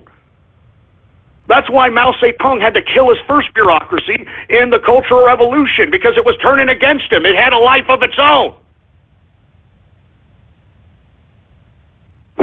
So anyway, folks, I'm sorry to keep going back to the fact that we are seeing a restructuring of globalism, but that's just the way it is. And this meeting right now that's happening with the Chinese president and Trump is going to tell a lot. Whatever culminates after this particular meeting is going to tell a lot. Because I think at this point in time, China knows. China knows that it is in a very precarious situation, not just with America, because we're considering restructuring our damn trade deal of $550 billion a year going to these goddamn rice eaters. But at the same time, I think that it woke up a hornet's nest in Asia when it decided that it wanted to create its own island in the middle of the goddamn South China Sea. Okay? That's why it's coming to Trump, because I believe that China wants to make a move on certain Asian countries. That's why I'm telling you, that's what this whole goddamn foreign policy is about. It's to isolate warfare in the Middle East and to the Asiatic countries. Two populations that need to be thinned out according to the globalists, at least according to the actions in which the globalists are transpiring this whole goddamn war chessboard into becoming. I mean, you all get it now, folks, right? I talked about it. I mean, this makes perfect sense on why they eliminated the secular governments in the Middle East, so they can provide a humongous geographic area for a theater of combat between Saudi Arabia and Iran. Now, why would they want them both to go to war? So they can both bankrupt each other and curb their populations. The same thing with Asia. There's a fomented bunch of racism in Asia. None of the Asian races like each other. They hate each other. I talked about Pol Pot utilizing communism to kill 1.5 million people that he really hated their race. He hated the Chinese. He hated the Vietnamese. He just killed them all. He just killed them, and he used communism to do it. I think that is fomenting to the current present day times. And I think, folks, we're going to see wars in both of these areas, and I hope that Trump can negotiate that we over here in our mainland America don't see a goddamn thing of this war that's about to happen. Now, people are talking about Africa. What about Africa? I think Africa, depending on what part of Africa you're talking about, is going to be taken over by the old powers of the Ottoman Empire. That's why Turkey wants the United States, or at least Donald Trump, to remove Assad. If Trump removes Assad, then all of a sudden Erdogan can start moving in some of the old provinces that were the Ottoman Empire. And that includes some of Africa. Anyway, folks, my apologies. I'm getting long-winded. I'm going all over the place. But, man, there's just so much to talk about, man. So much to talk about. And, look, let's continue, shall we? Let's go talk a little bit about domestic politics. I've been talking so much about international relations because of this shift in global power. I mean, the whole globalist agenda has been shifted because of Trump, folks. All right, and that's all there is to it. Now, if I were Bashar al-Assad, I couldn't go to sleep at night because everybody is using you as a bargaining chip, and it doesn't look like you're going to survive. I mean, it looks like they want you to die. You know what I'm saying? So I'd be very concerned. I mean, when you've got your biggest ally in Russia claiming that, his support for you isn't unconditional, I mean, that should send chills down goddamn Bashar al-Assad's spine, for heaven's sake. Anyway, let me move on here. Did y'all hear that the House Intelligence Committee chair, Devin Nunes, recuses himself from the Russian probe? I mean, what the hell is this, man? What is this all about? You see what I'm saying? Now, why would Devin Nunes recuse himself from the Russian probe unless the political class in this country are trying to take down Trump. Do you understand that the reason that the political class and the mainstream media and the deep state want to undermine Trump is because Trump is basically nullifying their power to the globalists? Because these people don't care about the United States people, the deep state, the mainstream media, and the political class. They don't care about the people. They care about their globalist masters that have been donating to their campaign contribution accounts. You know, they care about the advancement of globalism because these bureaucrats, these people in the deep state, these lamestream media talking heads actually believe that when this globalist infrastructure finally takes hold on the earth, that they are going to be some kind of VIPs in the globalist structure. That's why these people are motivated to do what they do. The media, the deep state, the political class, these people are enemies of the American people, and the proof is in their goddamn actions. The proof is in their actions. So that's why they're trying to undermine the president, because they see what the president is doing. The president is restructuring the globalist idea.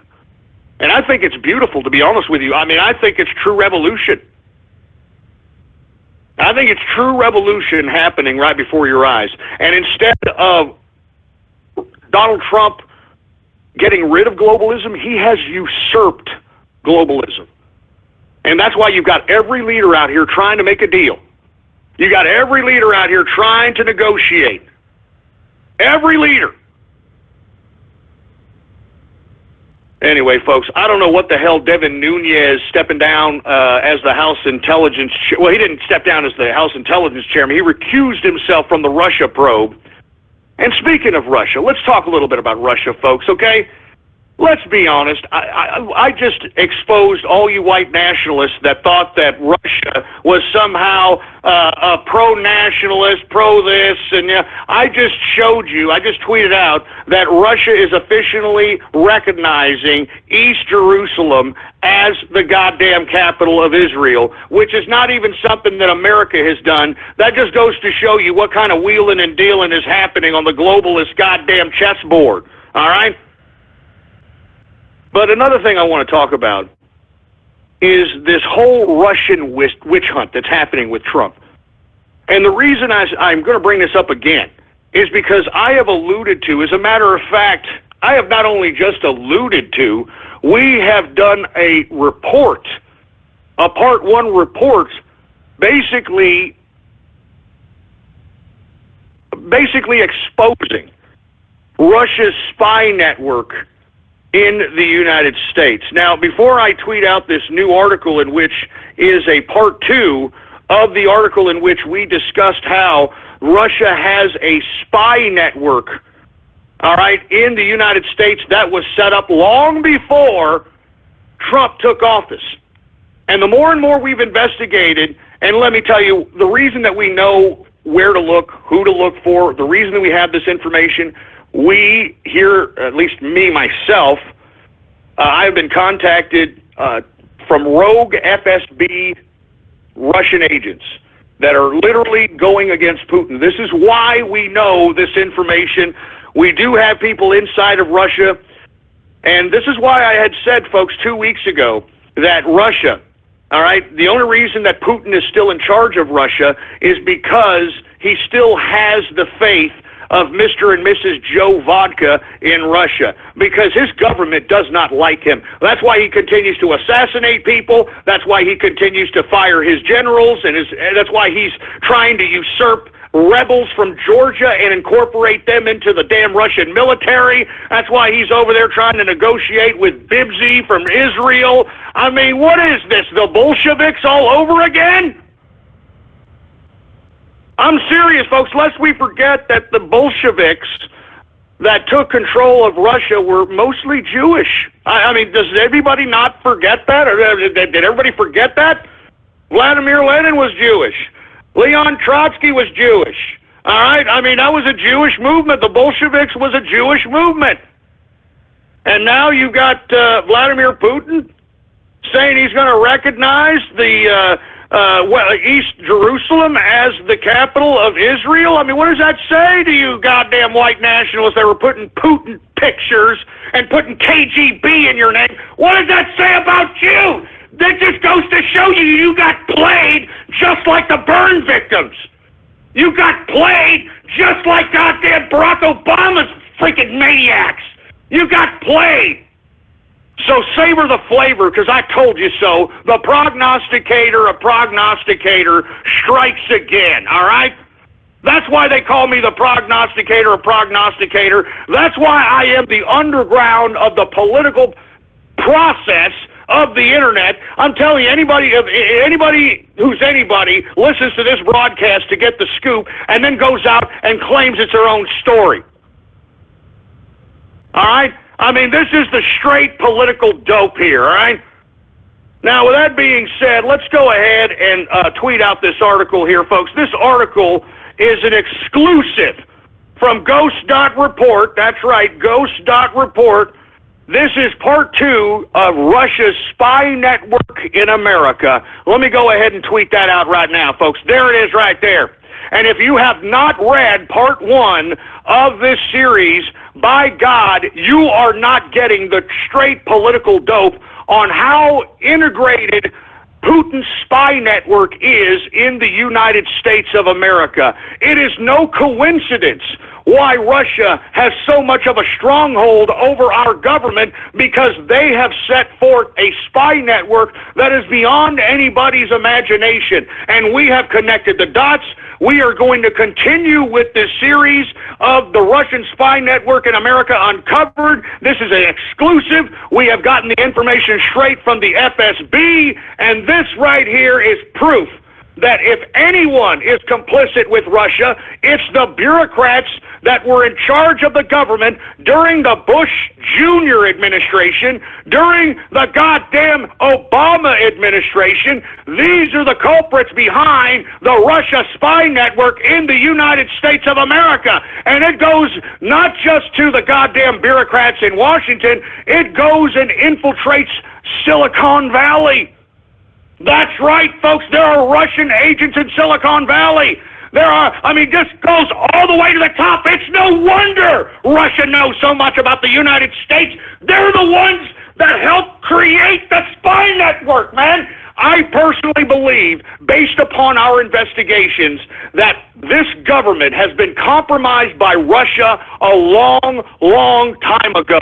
And that's why you've got each and every one of these bureaucrats, each and every one of these deep state assholes trying to project to Donald Trump and trying to cause this whole Russia-Trump, Russia-Trump, Russia-Trump narrative, Russia-Trump, Russia-Trump, Russia-Trump, so that it can deviate the attention from them actually helping to create the Russia spy network that is in the United States of America. Please spread that link around like wildfire, folks, because that is an exclusive. It needs to be seen. It needs to be shown. Everybody out there in the internet needs to see it. This is not a joke. This is real. There is a Russia spy network that is that answers directly to Putin. And yet you don't see the CIA or the House Intelligence Committee or anybody in Washington talking about this, do you? You don't hear them talking about this out there. Why? Because they have probably been compromised by this Russian spy network, man. Take a look at it. I just tweeted out the article. Or if you want, you can type in your browser ghost.report. Ghost.report.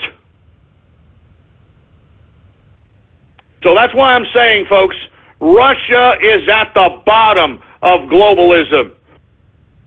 And that's why you've got everybody restructuring right now. Everybody. I'm telling you, Russia is more in charge of our government, in my opinion, than we are.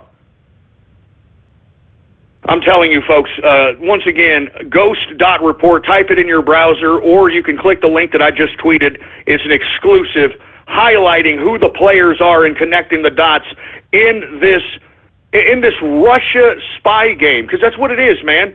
I mean, this Russia and Putin spy network has compromised our government way before Donald Trump. And that's why you've got each and every one of these entities trying to project. They're trying to project that on our president now. And if you want my opinion, I think these people need to be investigated. People that, and look, it all traces back to Runa Capital, which is a venture capitalist company that is based in Silicon Valley and in Moscow. And the characters in which that are involved in this are all close to Putin. Jesus Christ. Anyway, folks, once again, this just in, it's breaking. This is out of somebody who is out of the BBC network, a reporter, hearing Pentagon reporters being told not to bother going home tonight, sense something pretty imminent in Syria. Let me go ahead and retweet that out, folks. You see, I told you. Look what's happening out here, folks. I'm telling you. If you want the truth to come out, then you need to go out and spread the truth. That report about the Russia spy network in the United States, I think everybody needs to see it. And if you don't see it, and if you're not spreading it around, then you obviously don't care about this administration, because that is probably one of the most important pieces that Ghost Dot Report has ever put out. And I don't think anyone is going to cover it, because truth be told, if it was covered, I think a lot of people would be implicated, not just people in the United States government and the deep state, but people in the tech industry as well. I think everybody needs to read that article. It basically connects the dots as it pertains to the tech industry and Russia's influence over it. It's very, very interesting stuff, folks. And once again, this Russia spy network was here way before Donald Trump. Way before Donald Trump. I'm just saying, folks, I mean, you better get prepared for something. And now that you got the Pentagon telling its reporters not to leave tonight, obviously they're going to hit up Syria, or they're going to hit up North Korea. One or the other.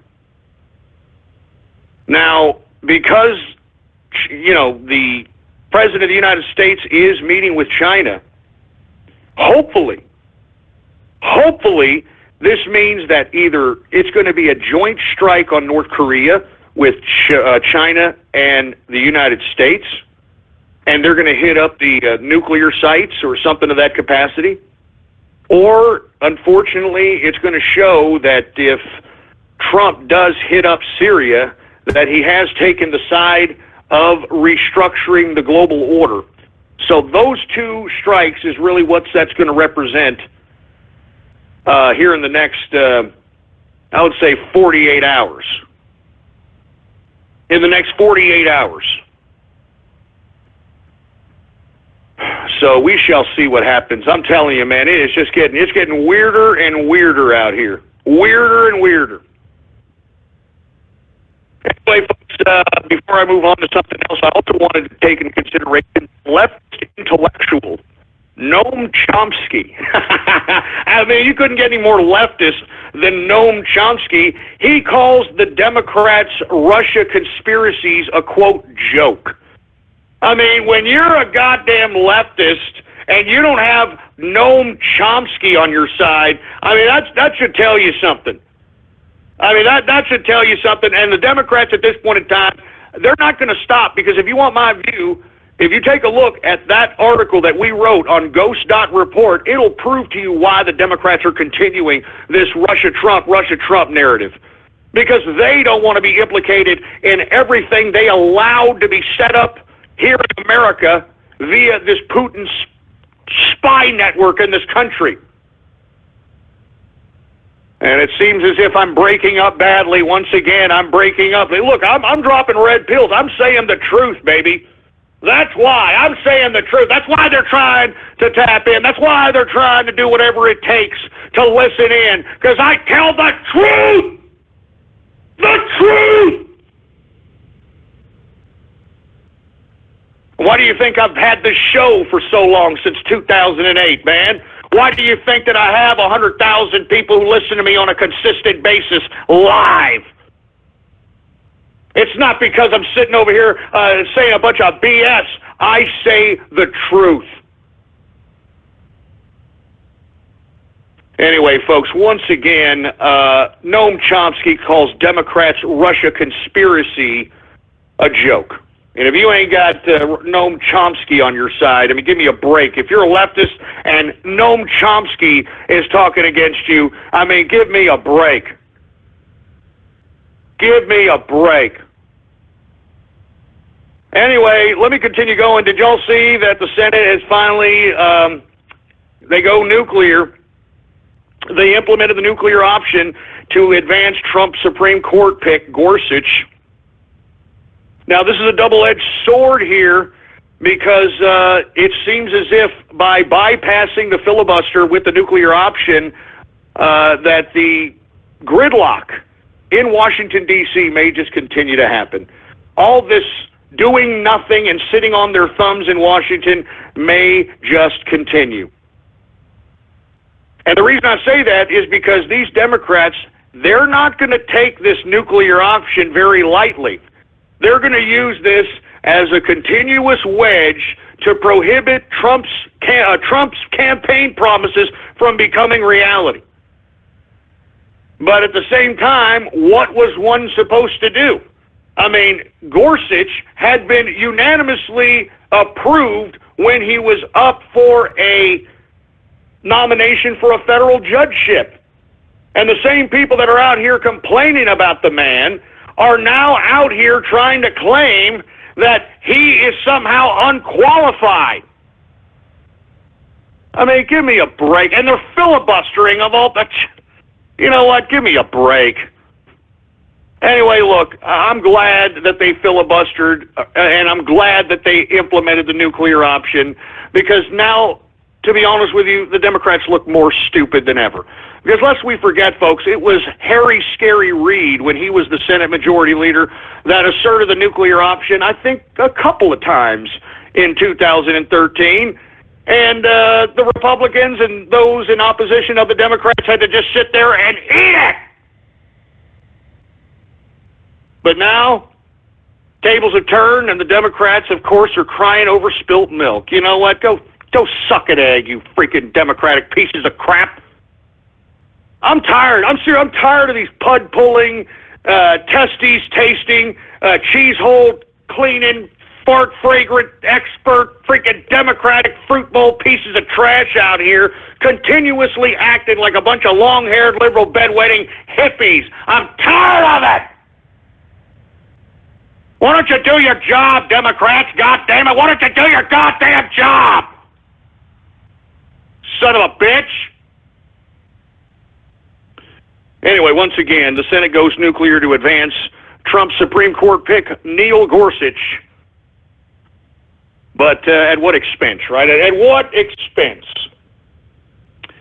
All right, let's continue going, folks. We're running out of time here. Last but not least, I got a couple of... this is actually my last subject matter. I've talked about everything today. I want to talk about North Korea. Now, we did already allude a little bit about North Korea, but in my personal opinion, North Korea is just acting a fool so that it can get money. I'm serious. I don't take North Korea very serious. I don't think North Korea wants war. I think that at this point in time, Kim Jong-un is walking on eggshells. He's got a lot of different people that were a part of his higher echelon of his government that are defecting to South Korea, and the North Korean defectors are talking about how there's major dissent amongst the upper brass of Kim Jong-un's government, and Kim Jong-un is just nonstop purging. He's just gone completely berserk. He's, killing his top lieutenants and top generals with anti-aircraft missiles. Literally, he's putting them in front of a goddamn anti-aircraft missile and firing. That's how he's killing these people. All right, but I just think that he's much like a spoiled Asperger's kid. And that's what I think he is. He's nothing but a spoiled Asperger's kid, and he's going to do whatever it takes. He's going to scream, he's going to pout, he's going to break stuff, he's going to punch, he's going to do whatever it takes till he finally gets someone's attention. But if, and only if, somebody finally pops this stupid Asperger's kid in the mouth and then bloodies their nose, so this Asperger kid starts running away with their nose bleeding, that's the only way that you're going to realize that Kim Jong-un is all talk. All right? Kim Jong-un is all talk. And that's all there is to it. That's all there is to it. He's nothing more than your typical quintessential Asperger's kid that's just crying over a goddamn video game. And if you punch this idiot in the nose, he'll run crying back. I'm telling you, he'll cower. I think he's a bunch of crap. I don't think that this fat piece of garbage has ever done anything that put his balls on the line, and he's just been hiding behind what he's been inherited, and he inherited a whole goddamn country. He inherited a whole goddamn country, for Christ's sake. So anyway, with that being said, folks, I mean, very, very weird events happening. I think that this next few days is going to tell a lot in which direction America is going to take. And I unfortunately feel that this is a shift in the global order. This is no longer, at this point in time, as far as Trump is concerned, against globalism. Now, what he's going to do is he's going to tout that he doesn't want globalism pertaining to economics, and he wants economic deals to be done bilaterally. And he'll tout that they're not globalist in that regard. But when it comes down to the foreign policy, it seems as if that this is where the globalist shift is going to come from. And Assad is being used as a bargaining chip. You've got North Korea being used as a bargaining chip. You've got all these leaders going out and trying to restructure deals here. All right? That's what I'm saying. And you see, if you want to talk a little bit about... if you want to talk a little bit about...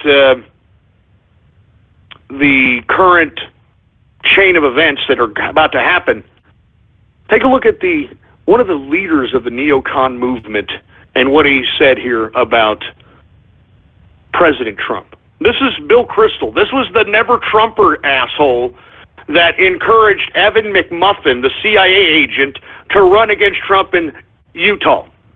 Here's the tweet. If President Trump takes appropriate action against Assad, this never-Trumper will, of course, support him. He's the president, not merely Trump. Look at that. Let me retweet that. What does that tell you? Huh? What does that tell you right there? And let me tell you, I don't know what Trump is going to do. I don't think anybody knows what Trump is going to do.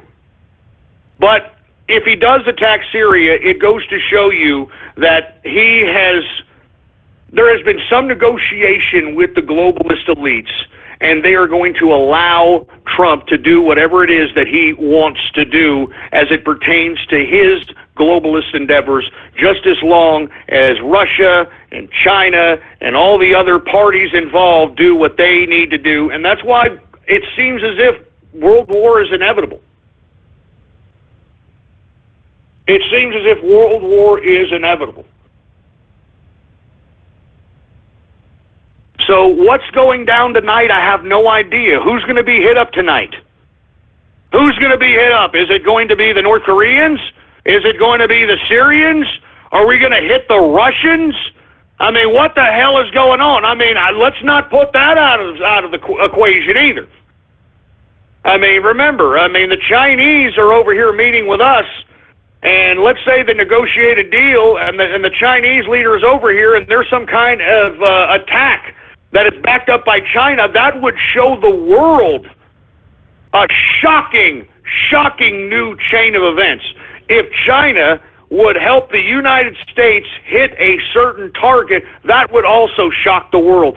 So there is a bunch of things to look for in the next few days, folks.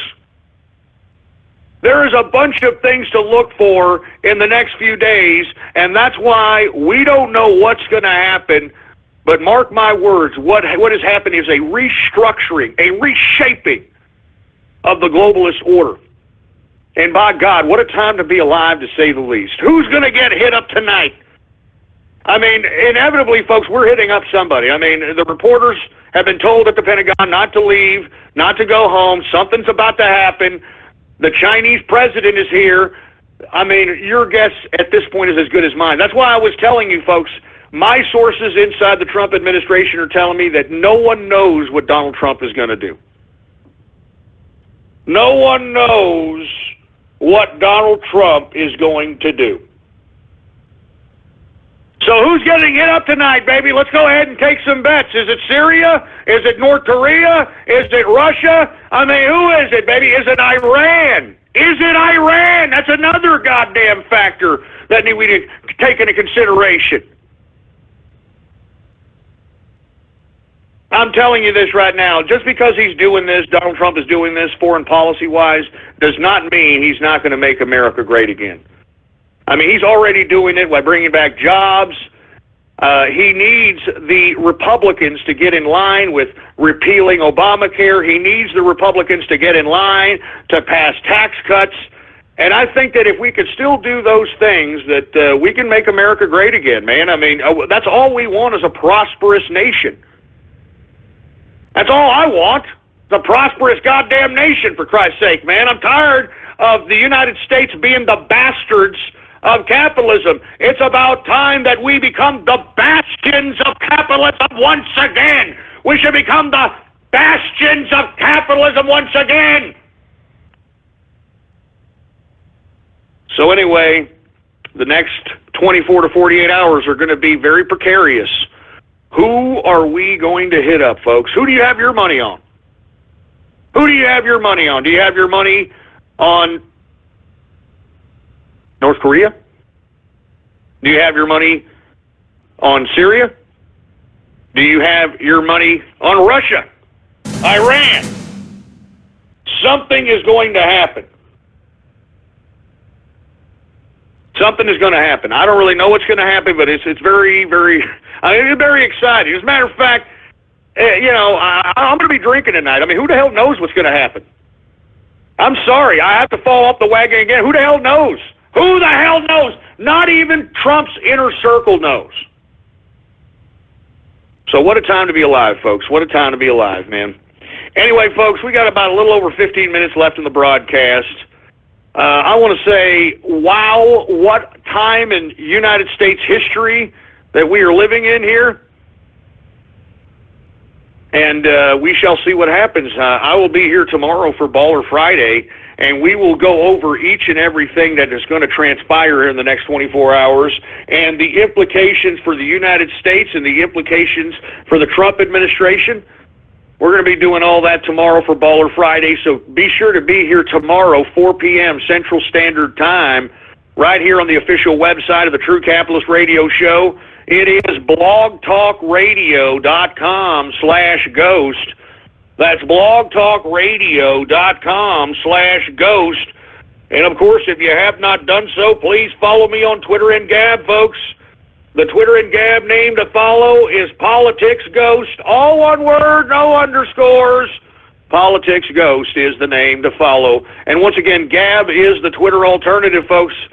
You can get there by typing in your browser gab.ai, and you can get yourself a free Gab account. And I actually like Gab, man. I mean, there's not too many bots there. A lot more, intelligent folk out there, with the exception of the trolls that I've brought there, unfortunately. But other than that, pretty decent peeps. Pretty decent peeps out there at Gab. Anyway, with that being said, we've got a little over 15 minutes. Why don't we give the people what they really want? Let's loosen up. We've been talking so much about all this foreign policy, the restructuring of globalism, and all this other nonsense. Why don't we go ahead and loosen it up for 15 minutes with a little bit of radio graffiti? That's right, folks. Radio graffiti, the part of the broadcast where the spectators become a part of the spectacle. All you've got to do is give me a call right now at 516-453-9903. And when I call on your area code, you've got exactly 3 to 4 seconds to say whatever it is that's on your mind, that's why we call this radio graffiti. Let me get the engineer. Engineer, do we have any radio graffiti calls to be had, engineer? All right, well, let's go ahead and get to some goddamn radio graffiti calls right now. All right, how about anonymous radio graffiti? This October, the world's coolest little ponies are coming to the big screen. My Little Pony. Now for the finishing touch. The movie. No, are you kidding? They're making a movie out of that stupid cartoon? Give me a break. Go shove it up your ass. Oh, yeah, they're going to advertise that on here. Anonymous radio graffiti.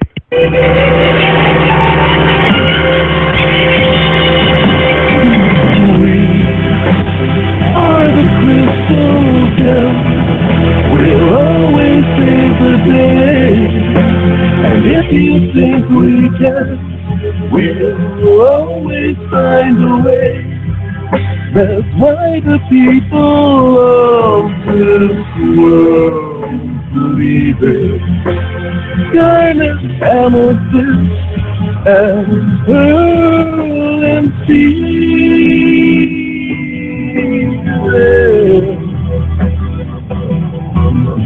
All right, we get it. You're not David Bowie, all right? All right, David Bowie called. He wants his shtick back, all right?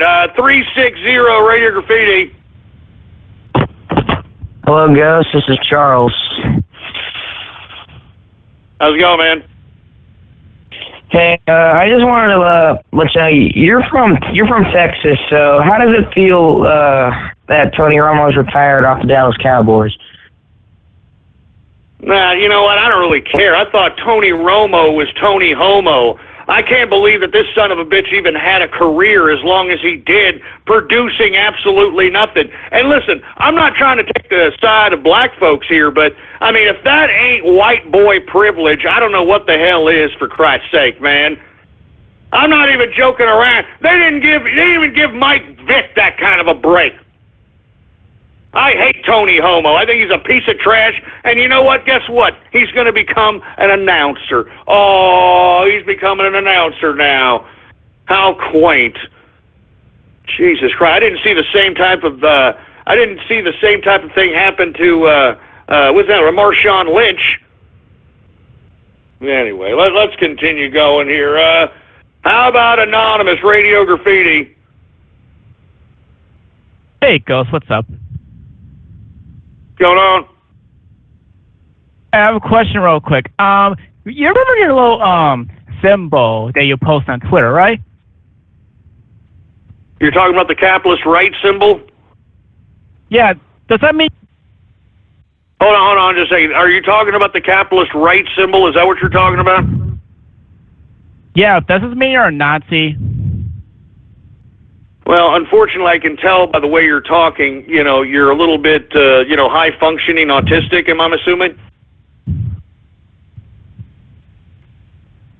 Right? You're a little high-functioning autistic, am I correct? Hey, wait a minute. Why'd you hang up? I was asking you a question. I want to know, are you high-functioning autist? Stupid idiot. The only reason I asked you that is because only an imbecile who probably cares more about, My Little Pony than actually understanding what the capitalist right represents would say such a thing, you stupid idiot. Jesus Christ. How about 530 Radio Graffiti? Hey, I'm thirsty. You got something to drink? All right, just shut up, you stupid fruit. How about Raiden Snake, Radio Graffiti?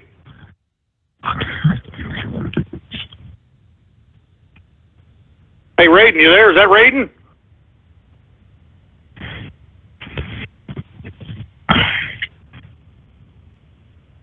Hey, Raiden, you all right?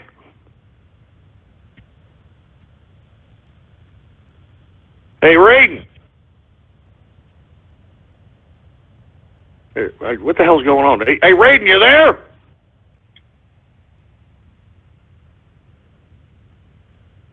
I hear you're doing something over there. Are you fapping or something? Hey, Raiden. Hey, Raiden. Okay, I don't know what he's doing, for Christ's sake. I mean, he's usually there. I don't know what happened to Raiden. I hope everything's okay with Raiden Snake. How about 352 Radio Graffiti? Brony Drumming Radio Graffiti. Showing up your oh my ass! Yeah! Showing up your oh my ass! Showing up your oh my ass! Yeah! Oh my! Oh my! Showing up your oh my ass! Yeah! Showing up your oh my ass! Showing up your oh my ass! Yeah! Every day, every showing up your oh my ass! Yeah! Showing up your oh my ass! Showing up your oh my ass! Yeah! Another fat house Thursday! Showing up your oh my ass! Yeah! Showing up your oh my ass! Showing up your oh my ass! Yeah! Alcohol one, ghost help. All right, shut up with that stupid remix, for Christ's sake, man. I mean, how many goddamn remixes? That's all I gotta say. How many? How many? Anonymous Radio Goddamn Graffiti. Hey, shut that down. People got headphones, jerk dick. Anonymous Radio Graffiti. Fuck you up,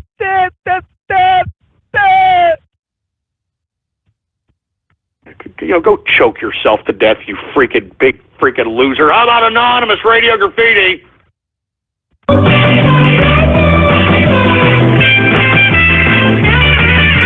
When you left me all alone after the last broadcast, told me you were going out for soda and gas. You were gone for quite a while, a half an hour more. You came next to me, oh man. This is what I saw. This is on your beacon. Told the sailor you. Listing on your beacon. Said you were untrue. That's your bottom dollar. You're off the wagon. Cause the lipstick on your beacon. Told the sailor you. Yeah.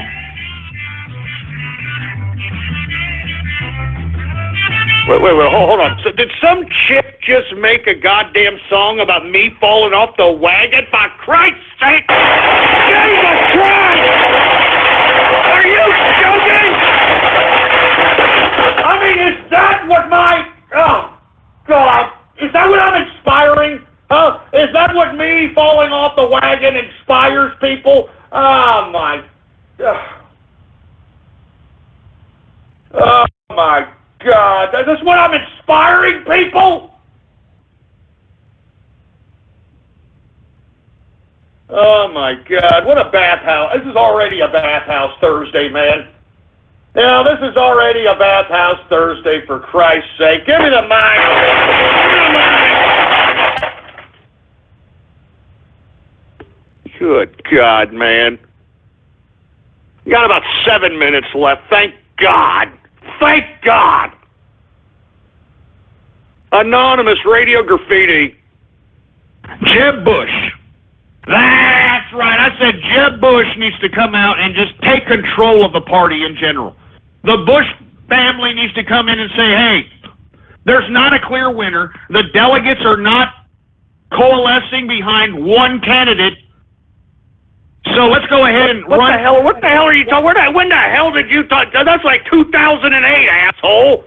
I didn't want John McCain to win. All right, I knew John McCain was a goddamn leftist piece of trash. Let me tell you, I'll never forget the 2008 campaign. That was the first time that I saw that the conservative movement was a farce. The whole conservative ideology was a farce. Electing goddamn, or nominating goddamn John McCain and that Eskimo bimbo Sarah Palin. Give me a break. Jesus Christ. How about 352 Radio Graffiti? Mr. Pay-Per-View Radio Graffiti. You're not turning me into a mashed potato. Legendary comedian Don Rickles has died. Whoa, you died. Whoa, whoa, you died. Whoa, you died. Whoa, whoa, you died. Whoa, you died. Whoa, whoa, you died. Man, you know, that's crap, man. Leave Don Rickles alone! Ah! I mean, that's too soon, you troll terrorist! God damn it, that's too soon! That's just too goddamn soon! Oh my God, give me the mic. I mean, what a bathhouse Thursday. You know, in 15 minutes of Radio Graffiti, you idiots know how to fruit up a joint. You know what I'm saying? I mean, you're smelling up the whole broadcast like butt crack. You're fruiting it up so bad. You son of a bitch. I'm telling you, you guys are a bunch of damn freaking kebab meatbag chewing, anal object aficionado, Leslie Jones eating, migrant mouth hugging, Jehudi jaw boning pieces of goddamn social justice warrior ass licking trash. All right? Each and every one of you troll terrorists, and you can tell every one of your goddamn troll friends I said that. Anonymous, Radio Graffiti. J-Man Capitalist, Radio Graffiti. Ghost is a fruity-ass frog.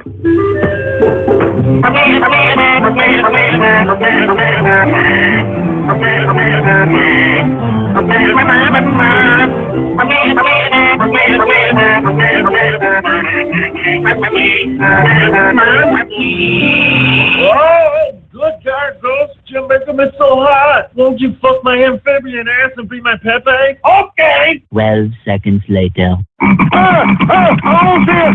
Boom, waka waka. Yeah, that's even hotter. Woo! You perverted son of a bitch! You're sick! God damn it, you're sick! You're a perverted piece of trash! You're sick!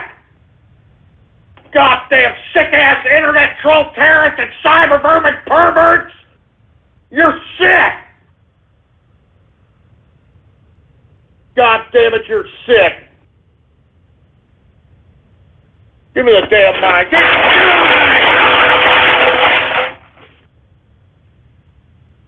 the sick-ass perverts!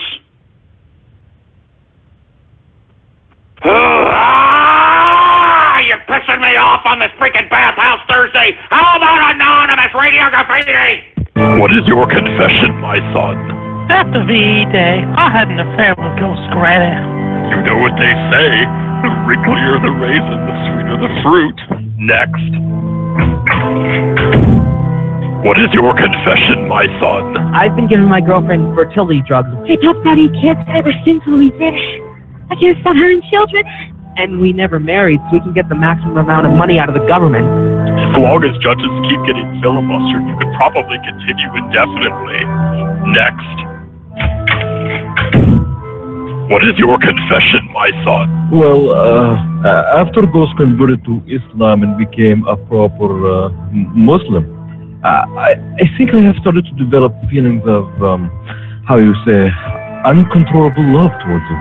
I think Ghosts look pretty hot in a hijab, too. Oh, my. You freaking son of a bitch, sick fucking... You bastard! Goddamn Coco, I'm sick of your shit! Yes! You're sick! Yes! Take about 10 steps away from my freaking butt crack tough guy, you goddamn son of a bitch! You're a goddamn son of a bitch! You know what? Give me the damn mic. Give me that mic! Hey, I think we got goddamn Tub Guy on the goddamn phone. Oh, what the hell was that? What the hell was that? Tub Guy Radio goddamn Graffiti!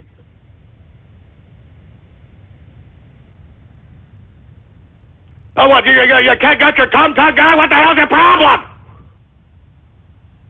Yeah, that's what I thought. I wouldn't say anything either. God damn it. I wish this was your face, Tub Guy. I wish this was your face! I wish this was your tubby ass! of a bitch, if you were in front of me right now, I would put your head in the tub till you didn't move anymore. You son of a...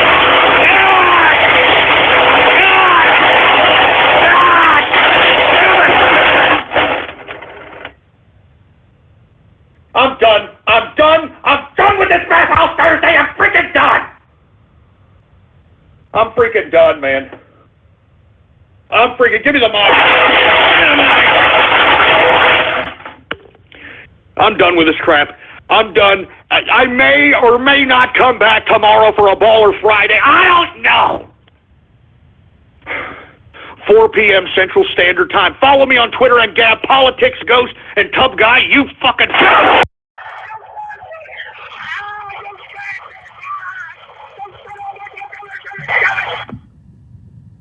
Thank you for using Blog Talk Radio. Goodbye. And that's all, folks.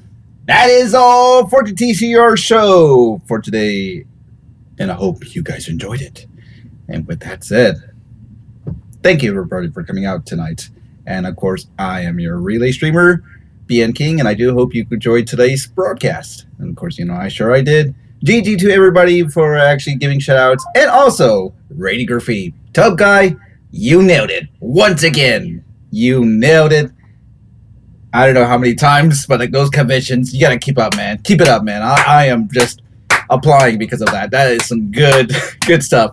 Also, Radio Molly for her, of course. Good job on your head as well. I loved it. Or, pretty much somebody who actually played that splice to Ghost. Awesome. Just awesome. Everyone else's splices were pretty good. Pretty good.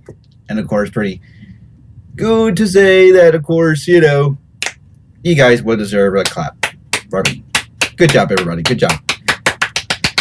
Anyways, guys, that's it for this broadcast and also the stream. I'm going to have to get going to start my next stream right now over the BN Theater, guys. If you guys over there at the BN YouTube, go head on over to the BN YouTube channel, or not the BT YouTube channel, the BN Theater channel, as I'm going to do the post after stream, and I'm going to be doing my regular Thursday streams over there.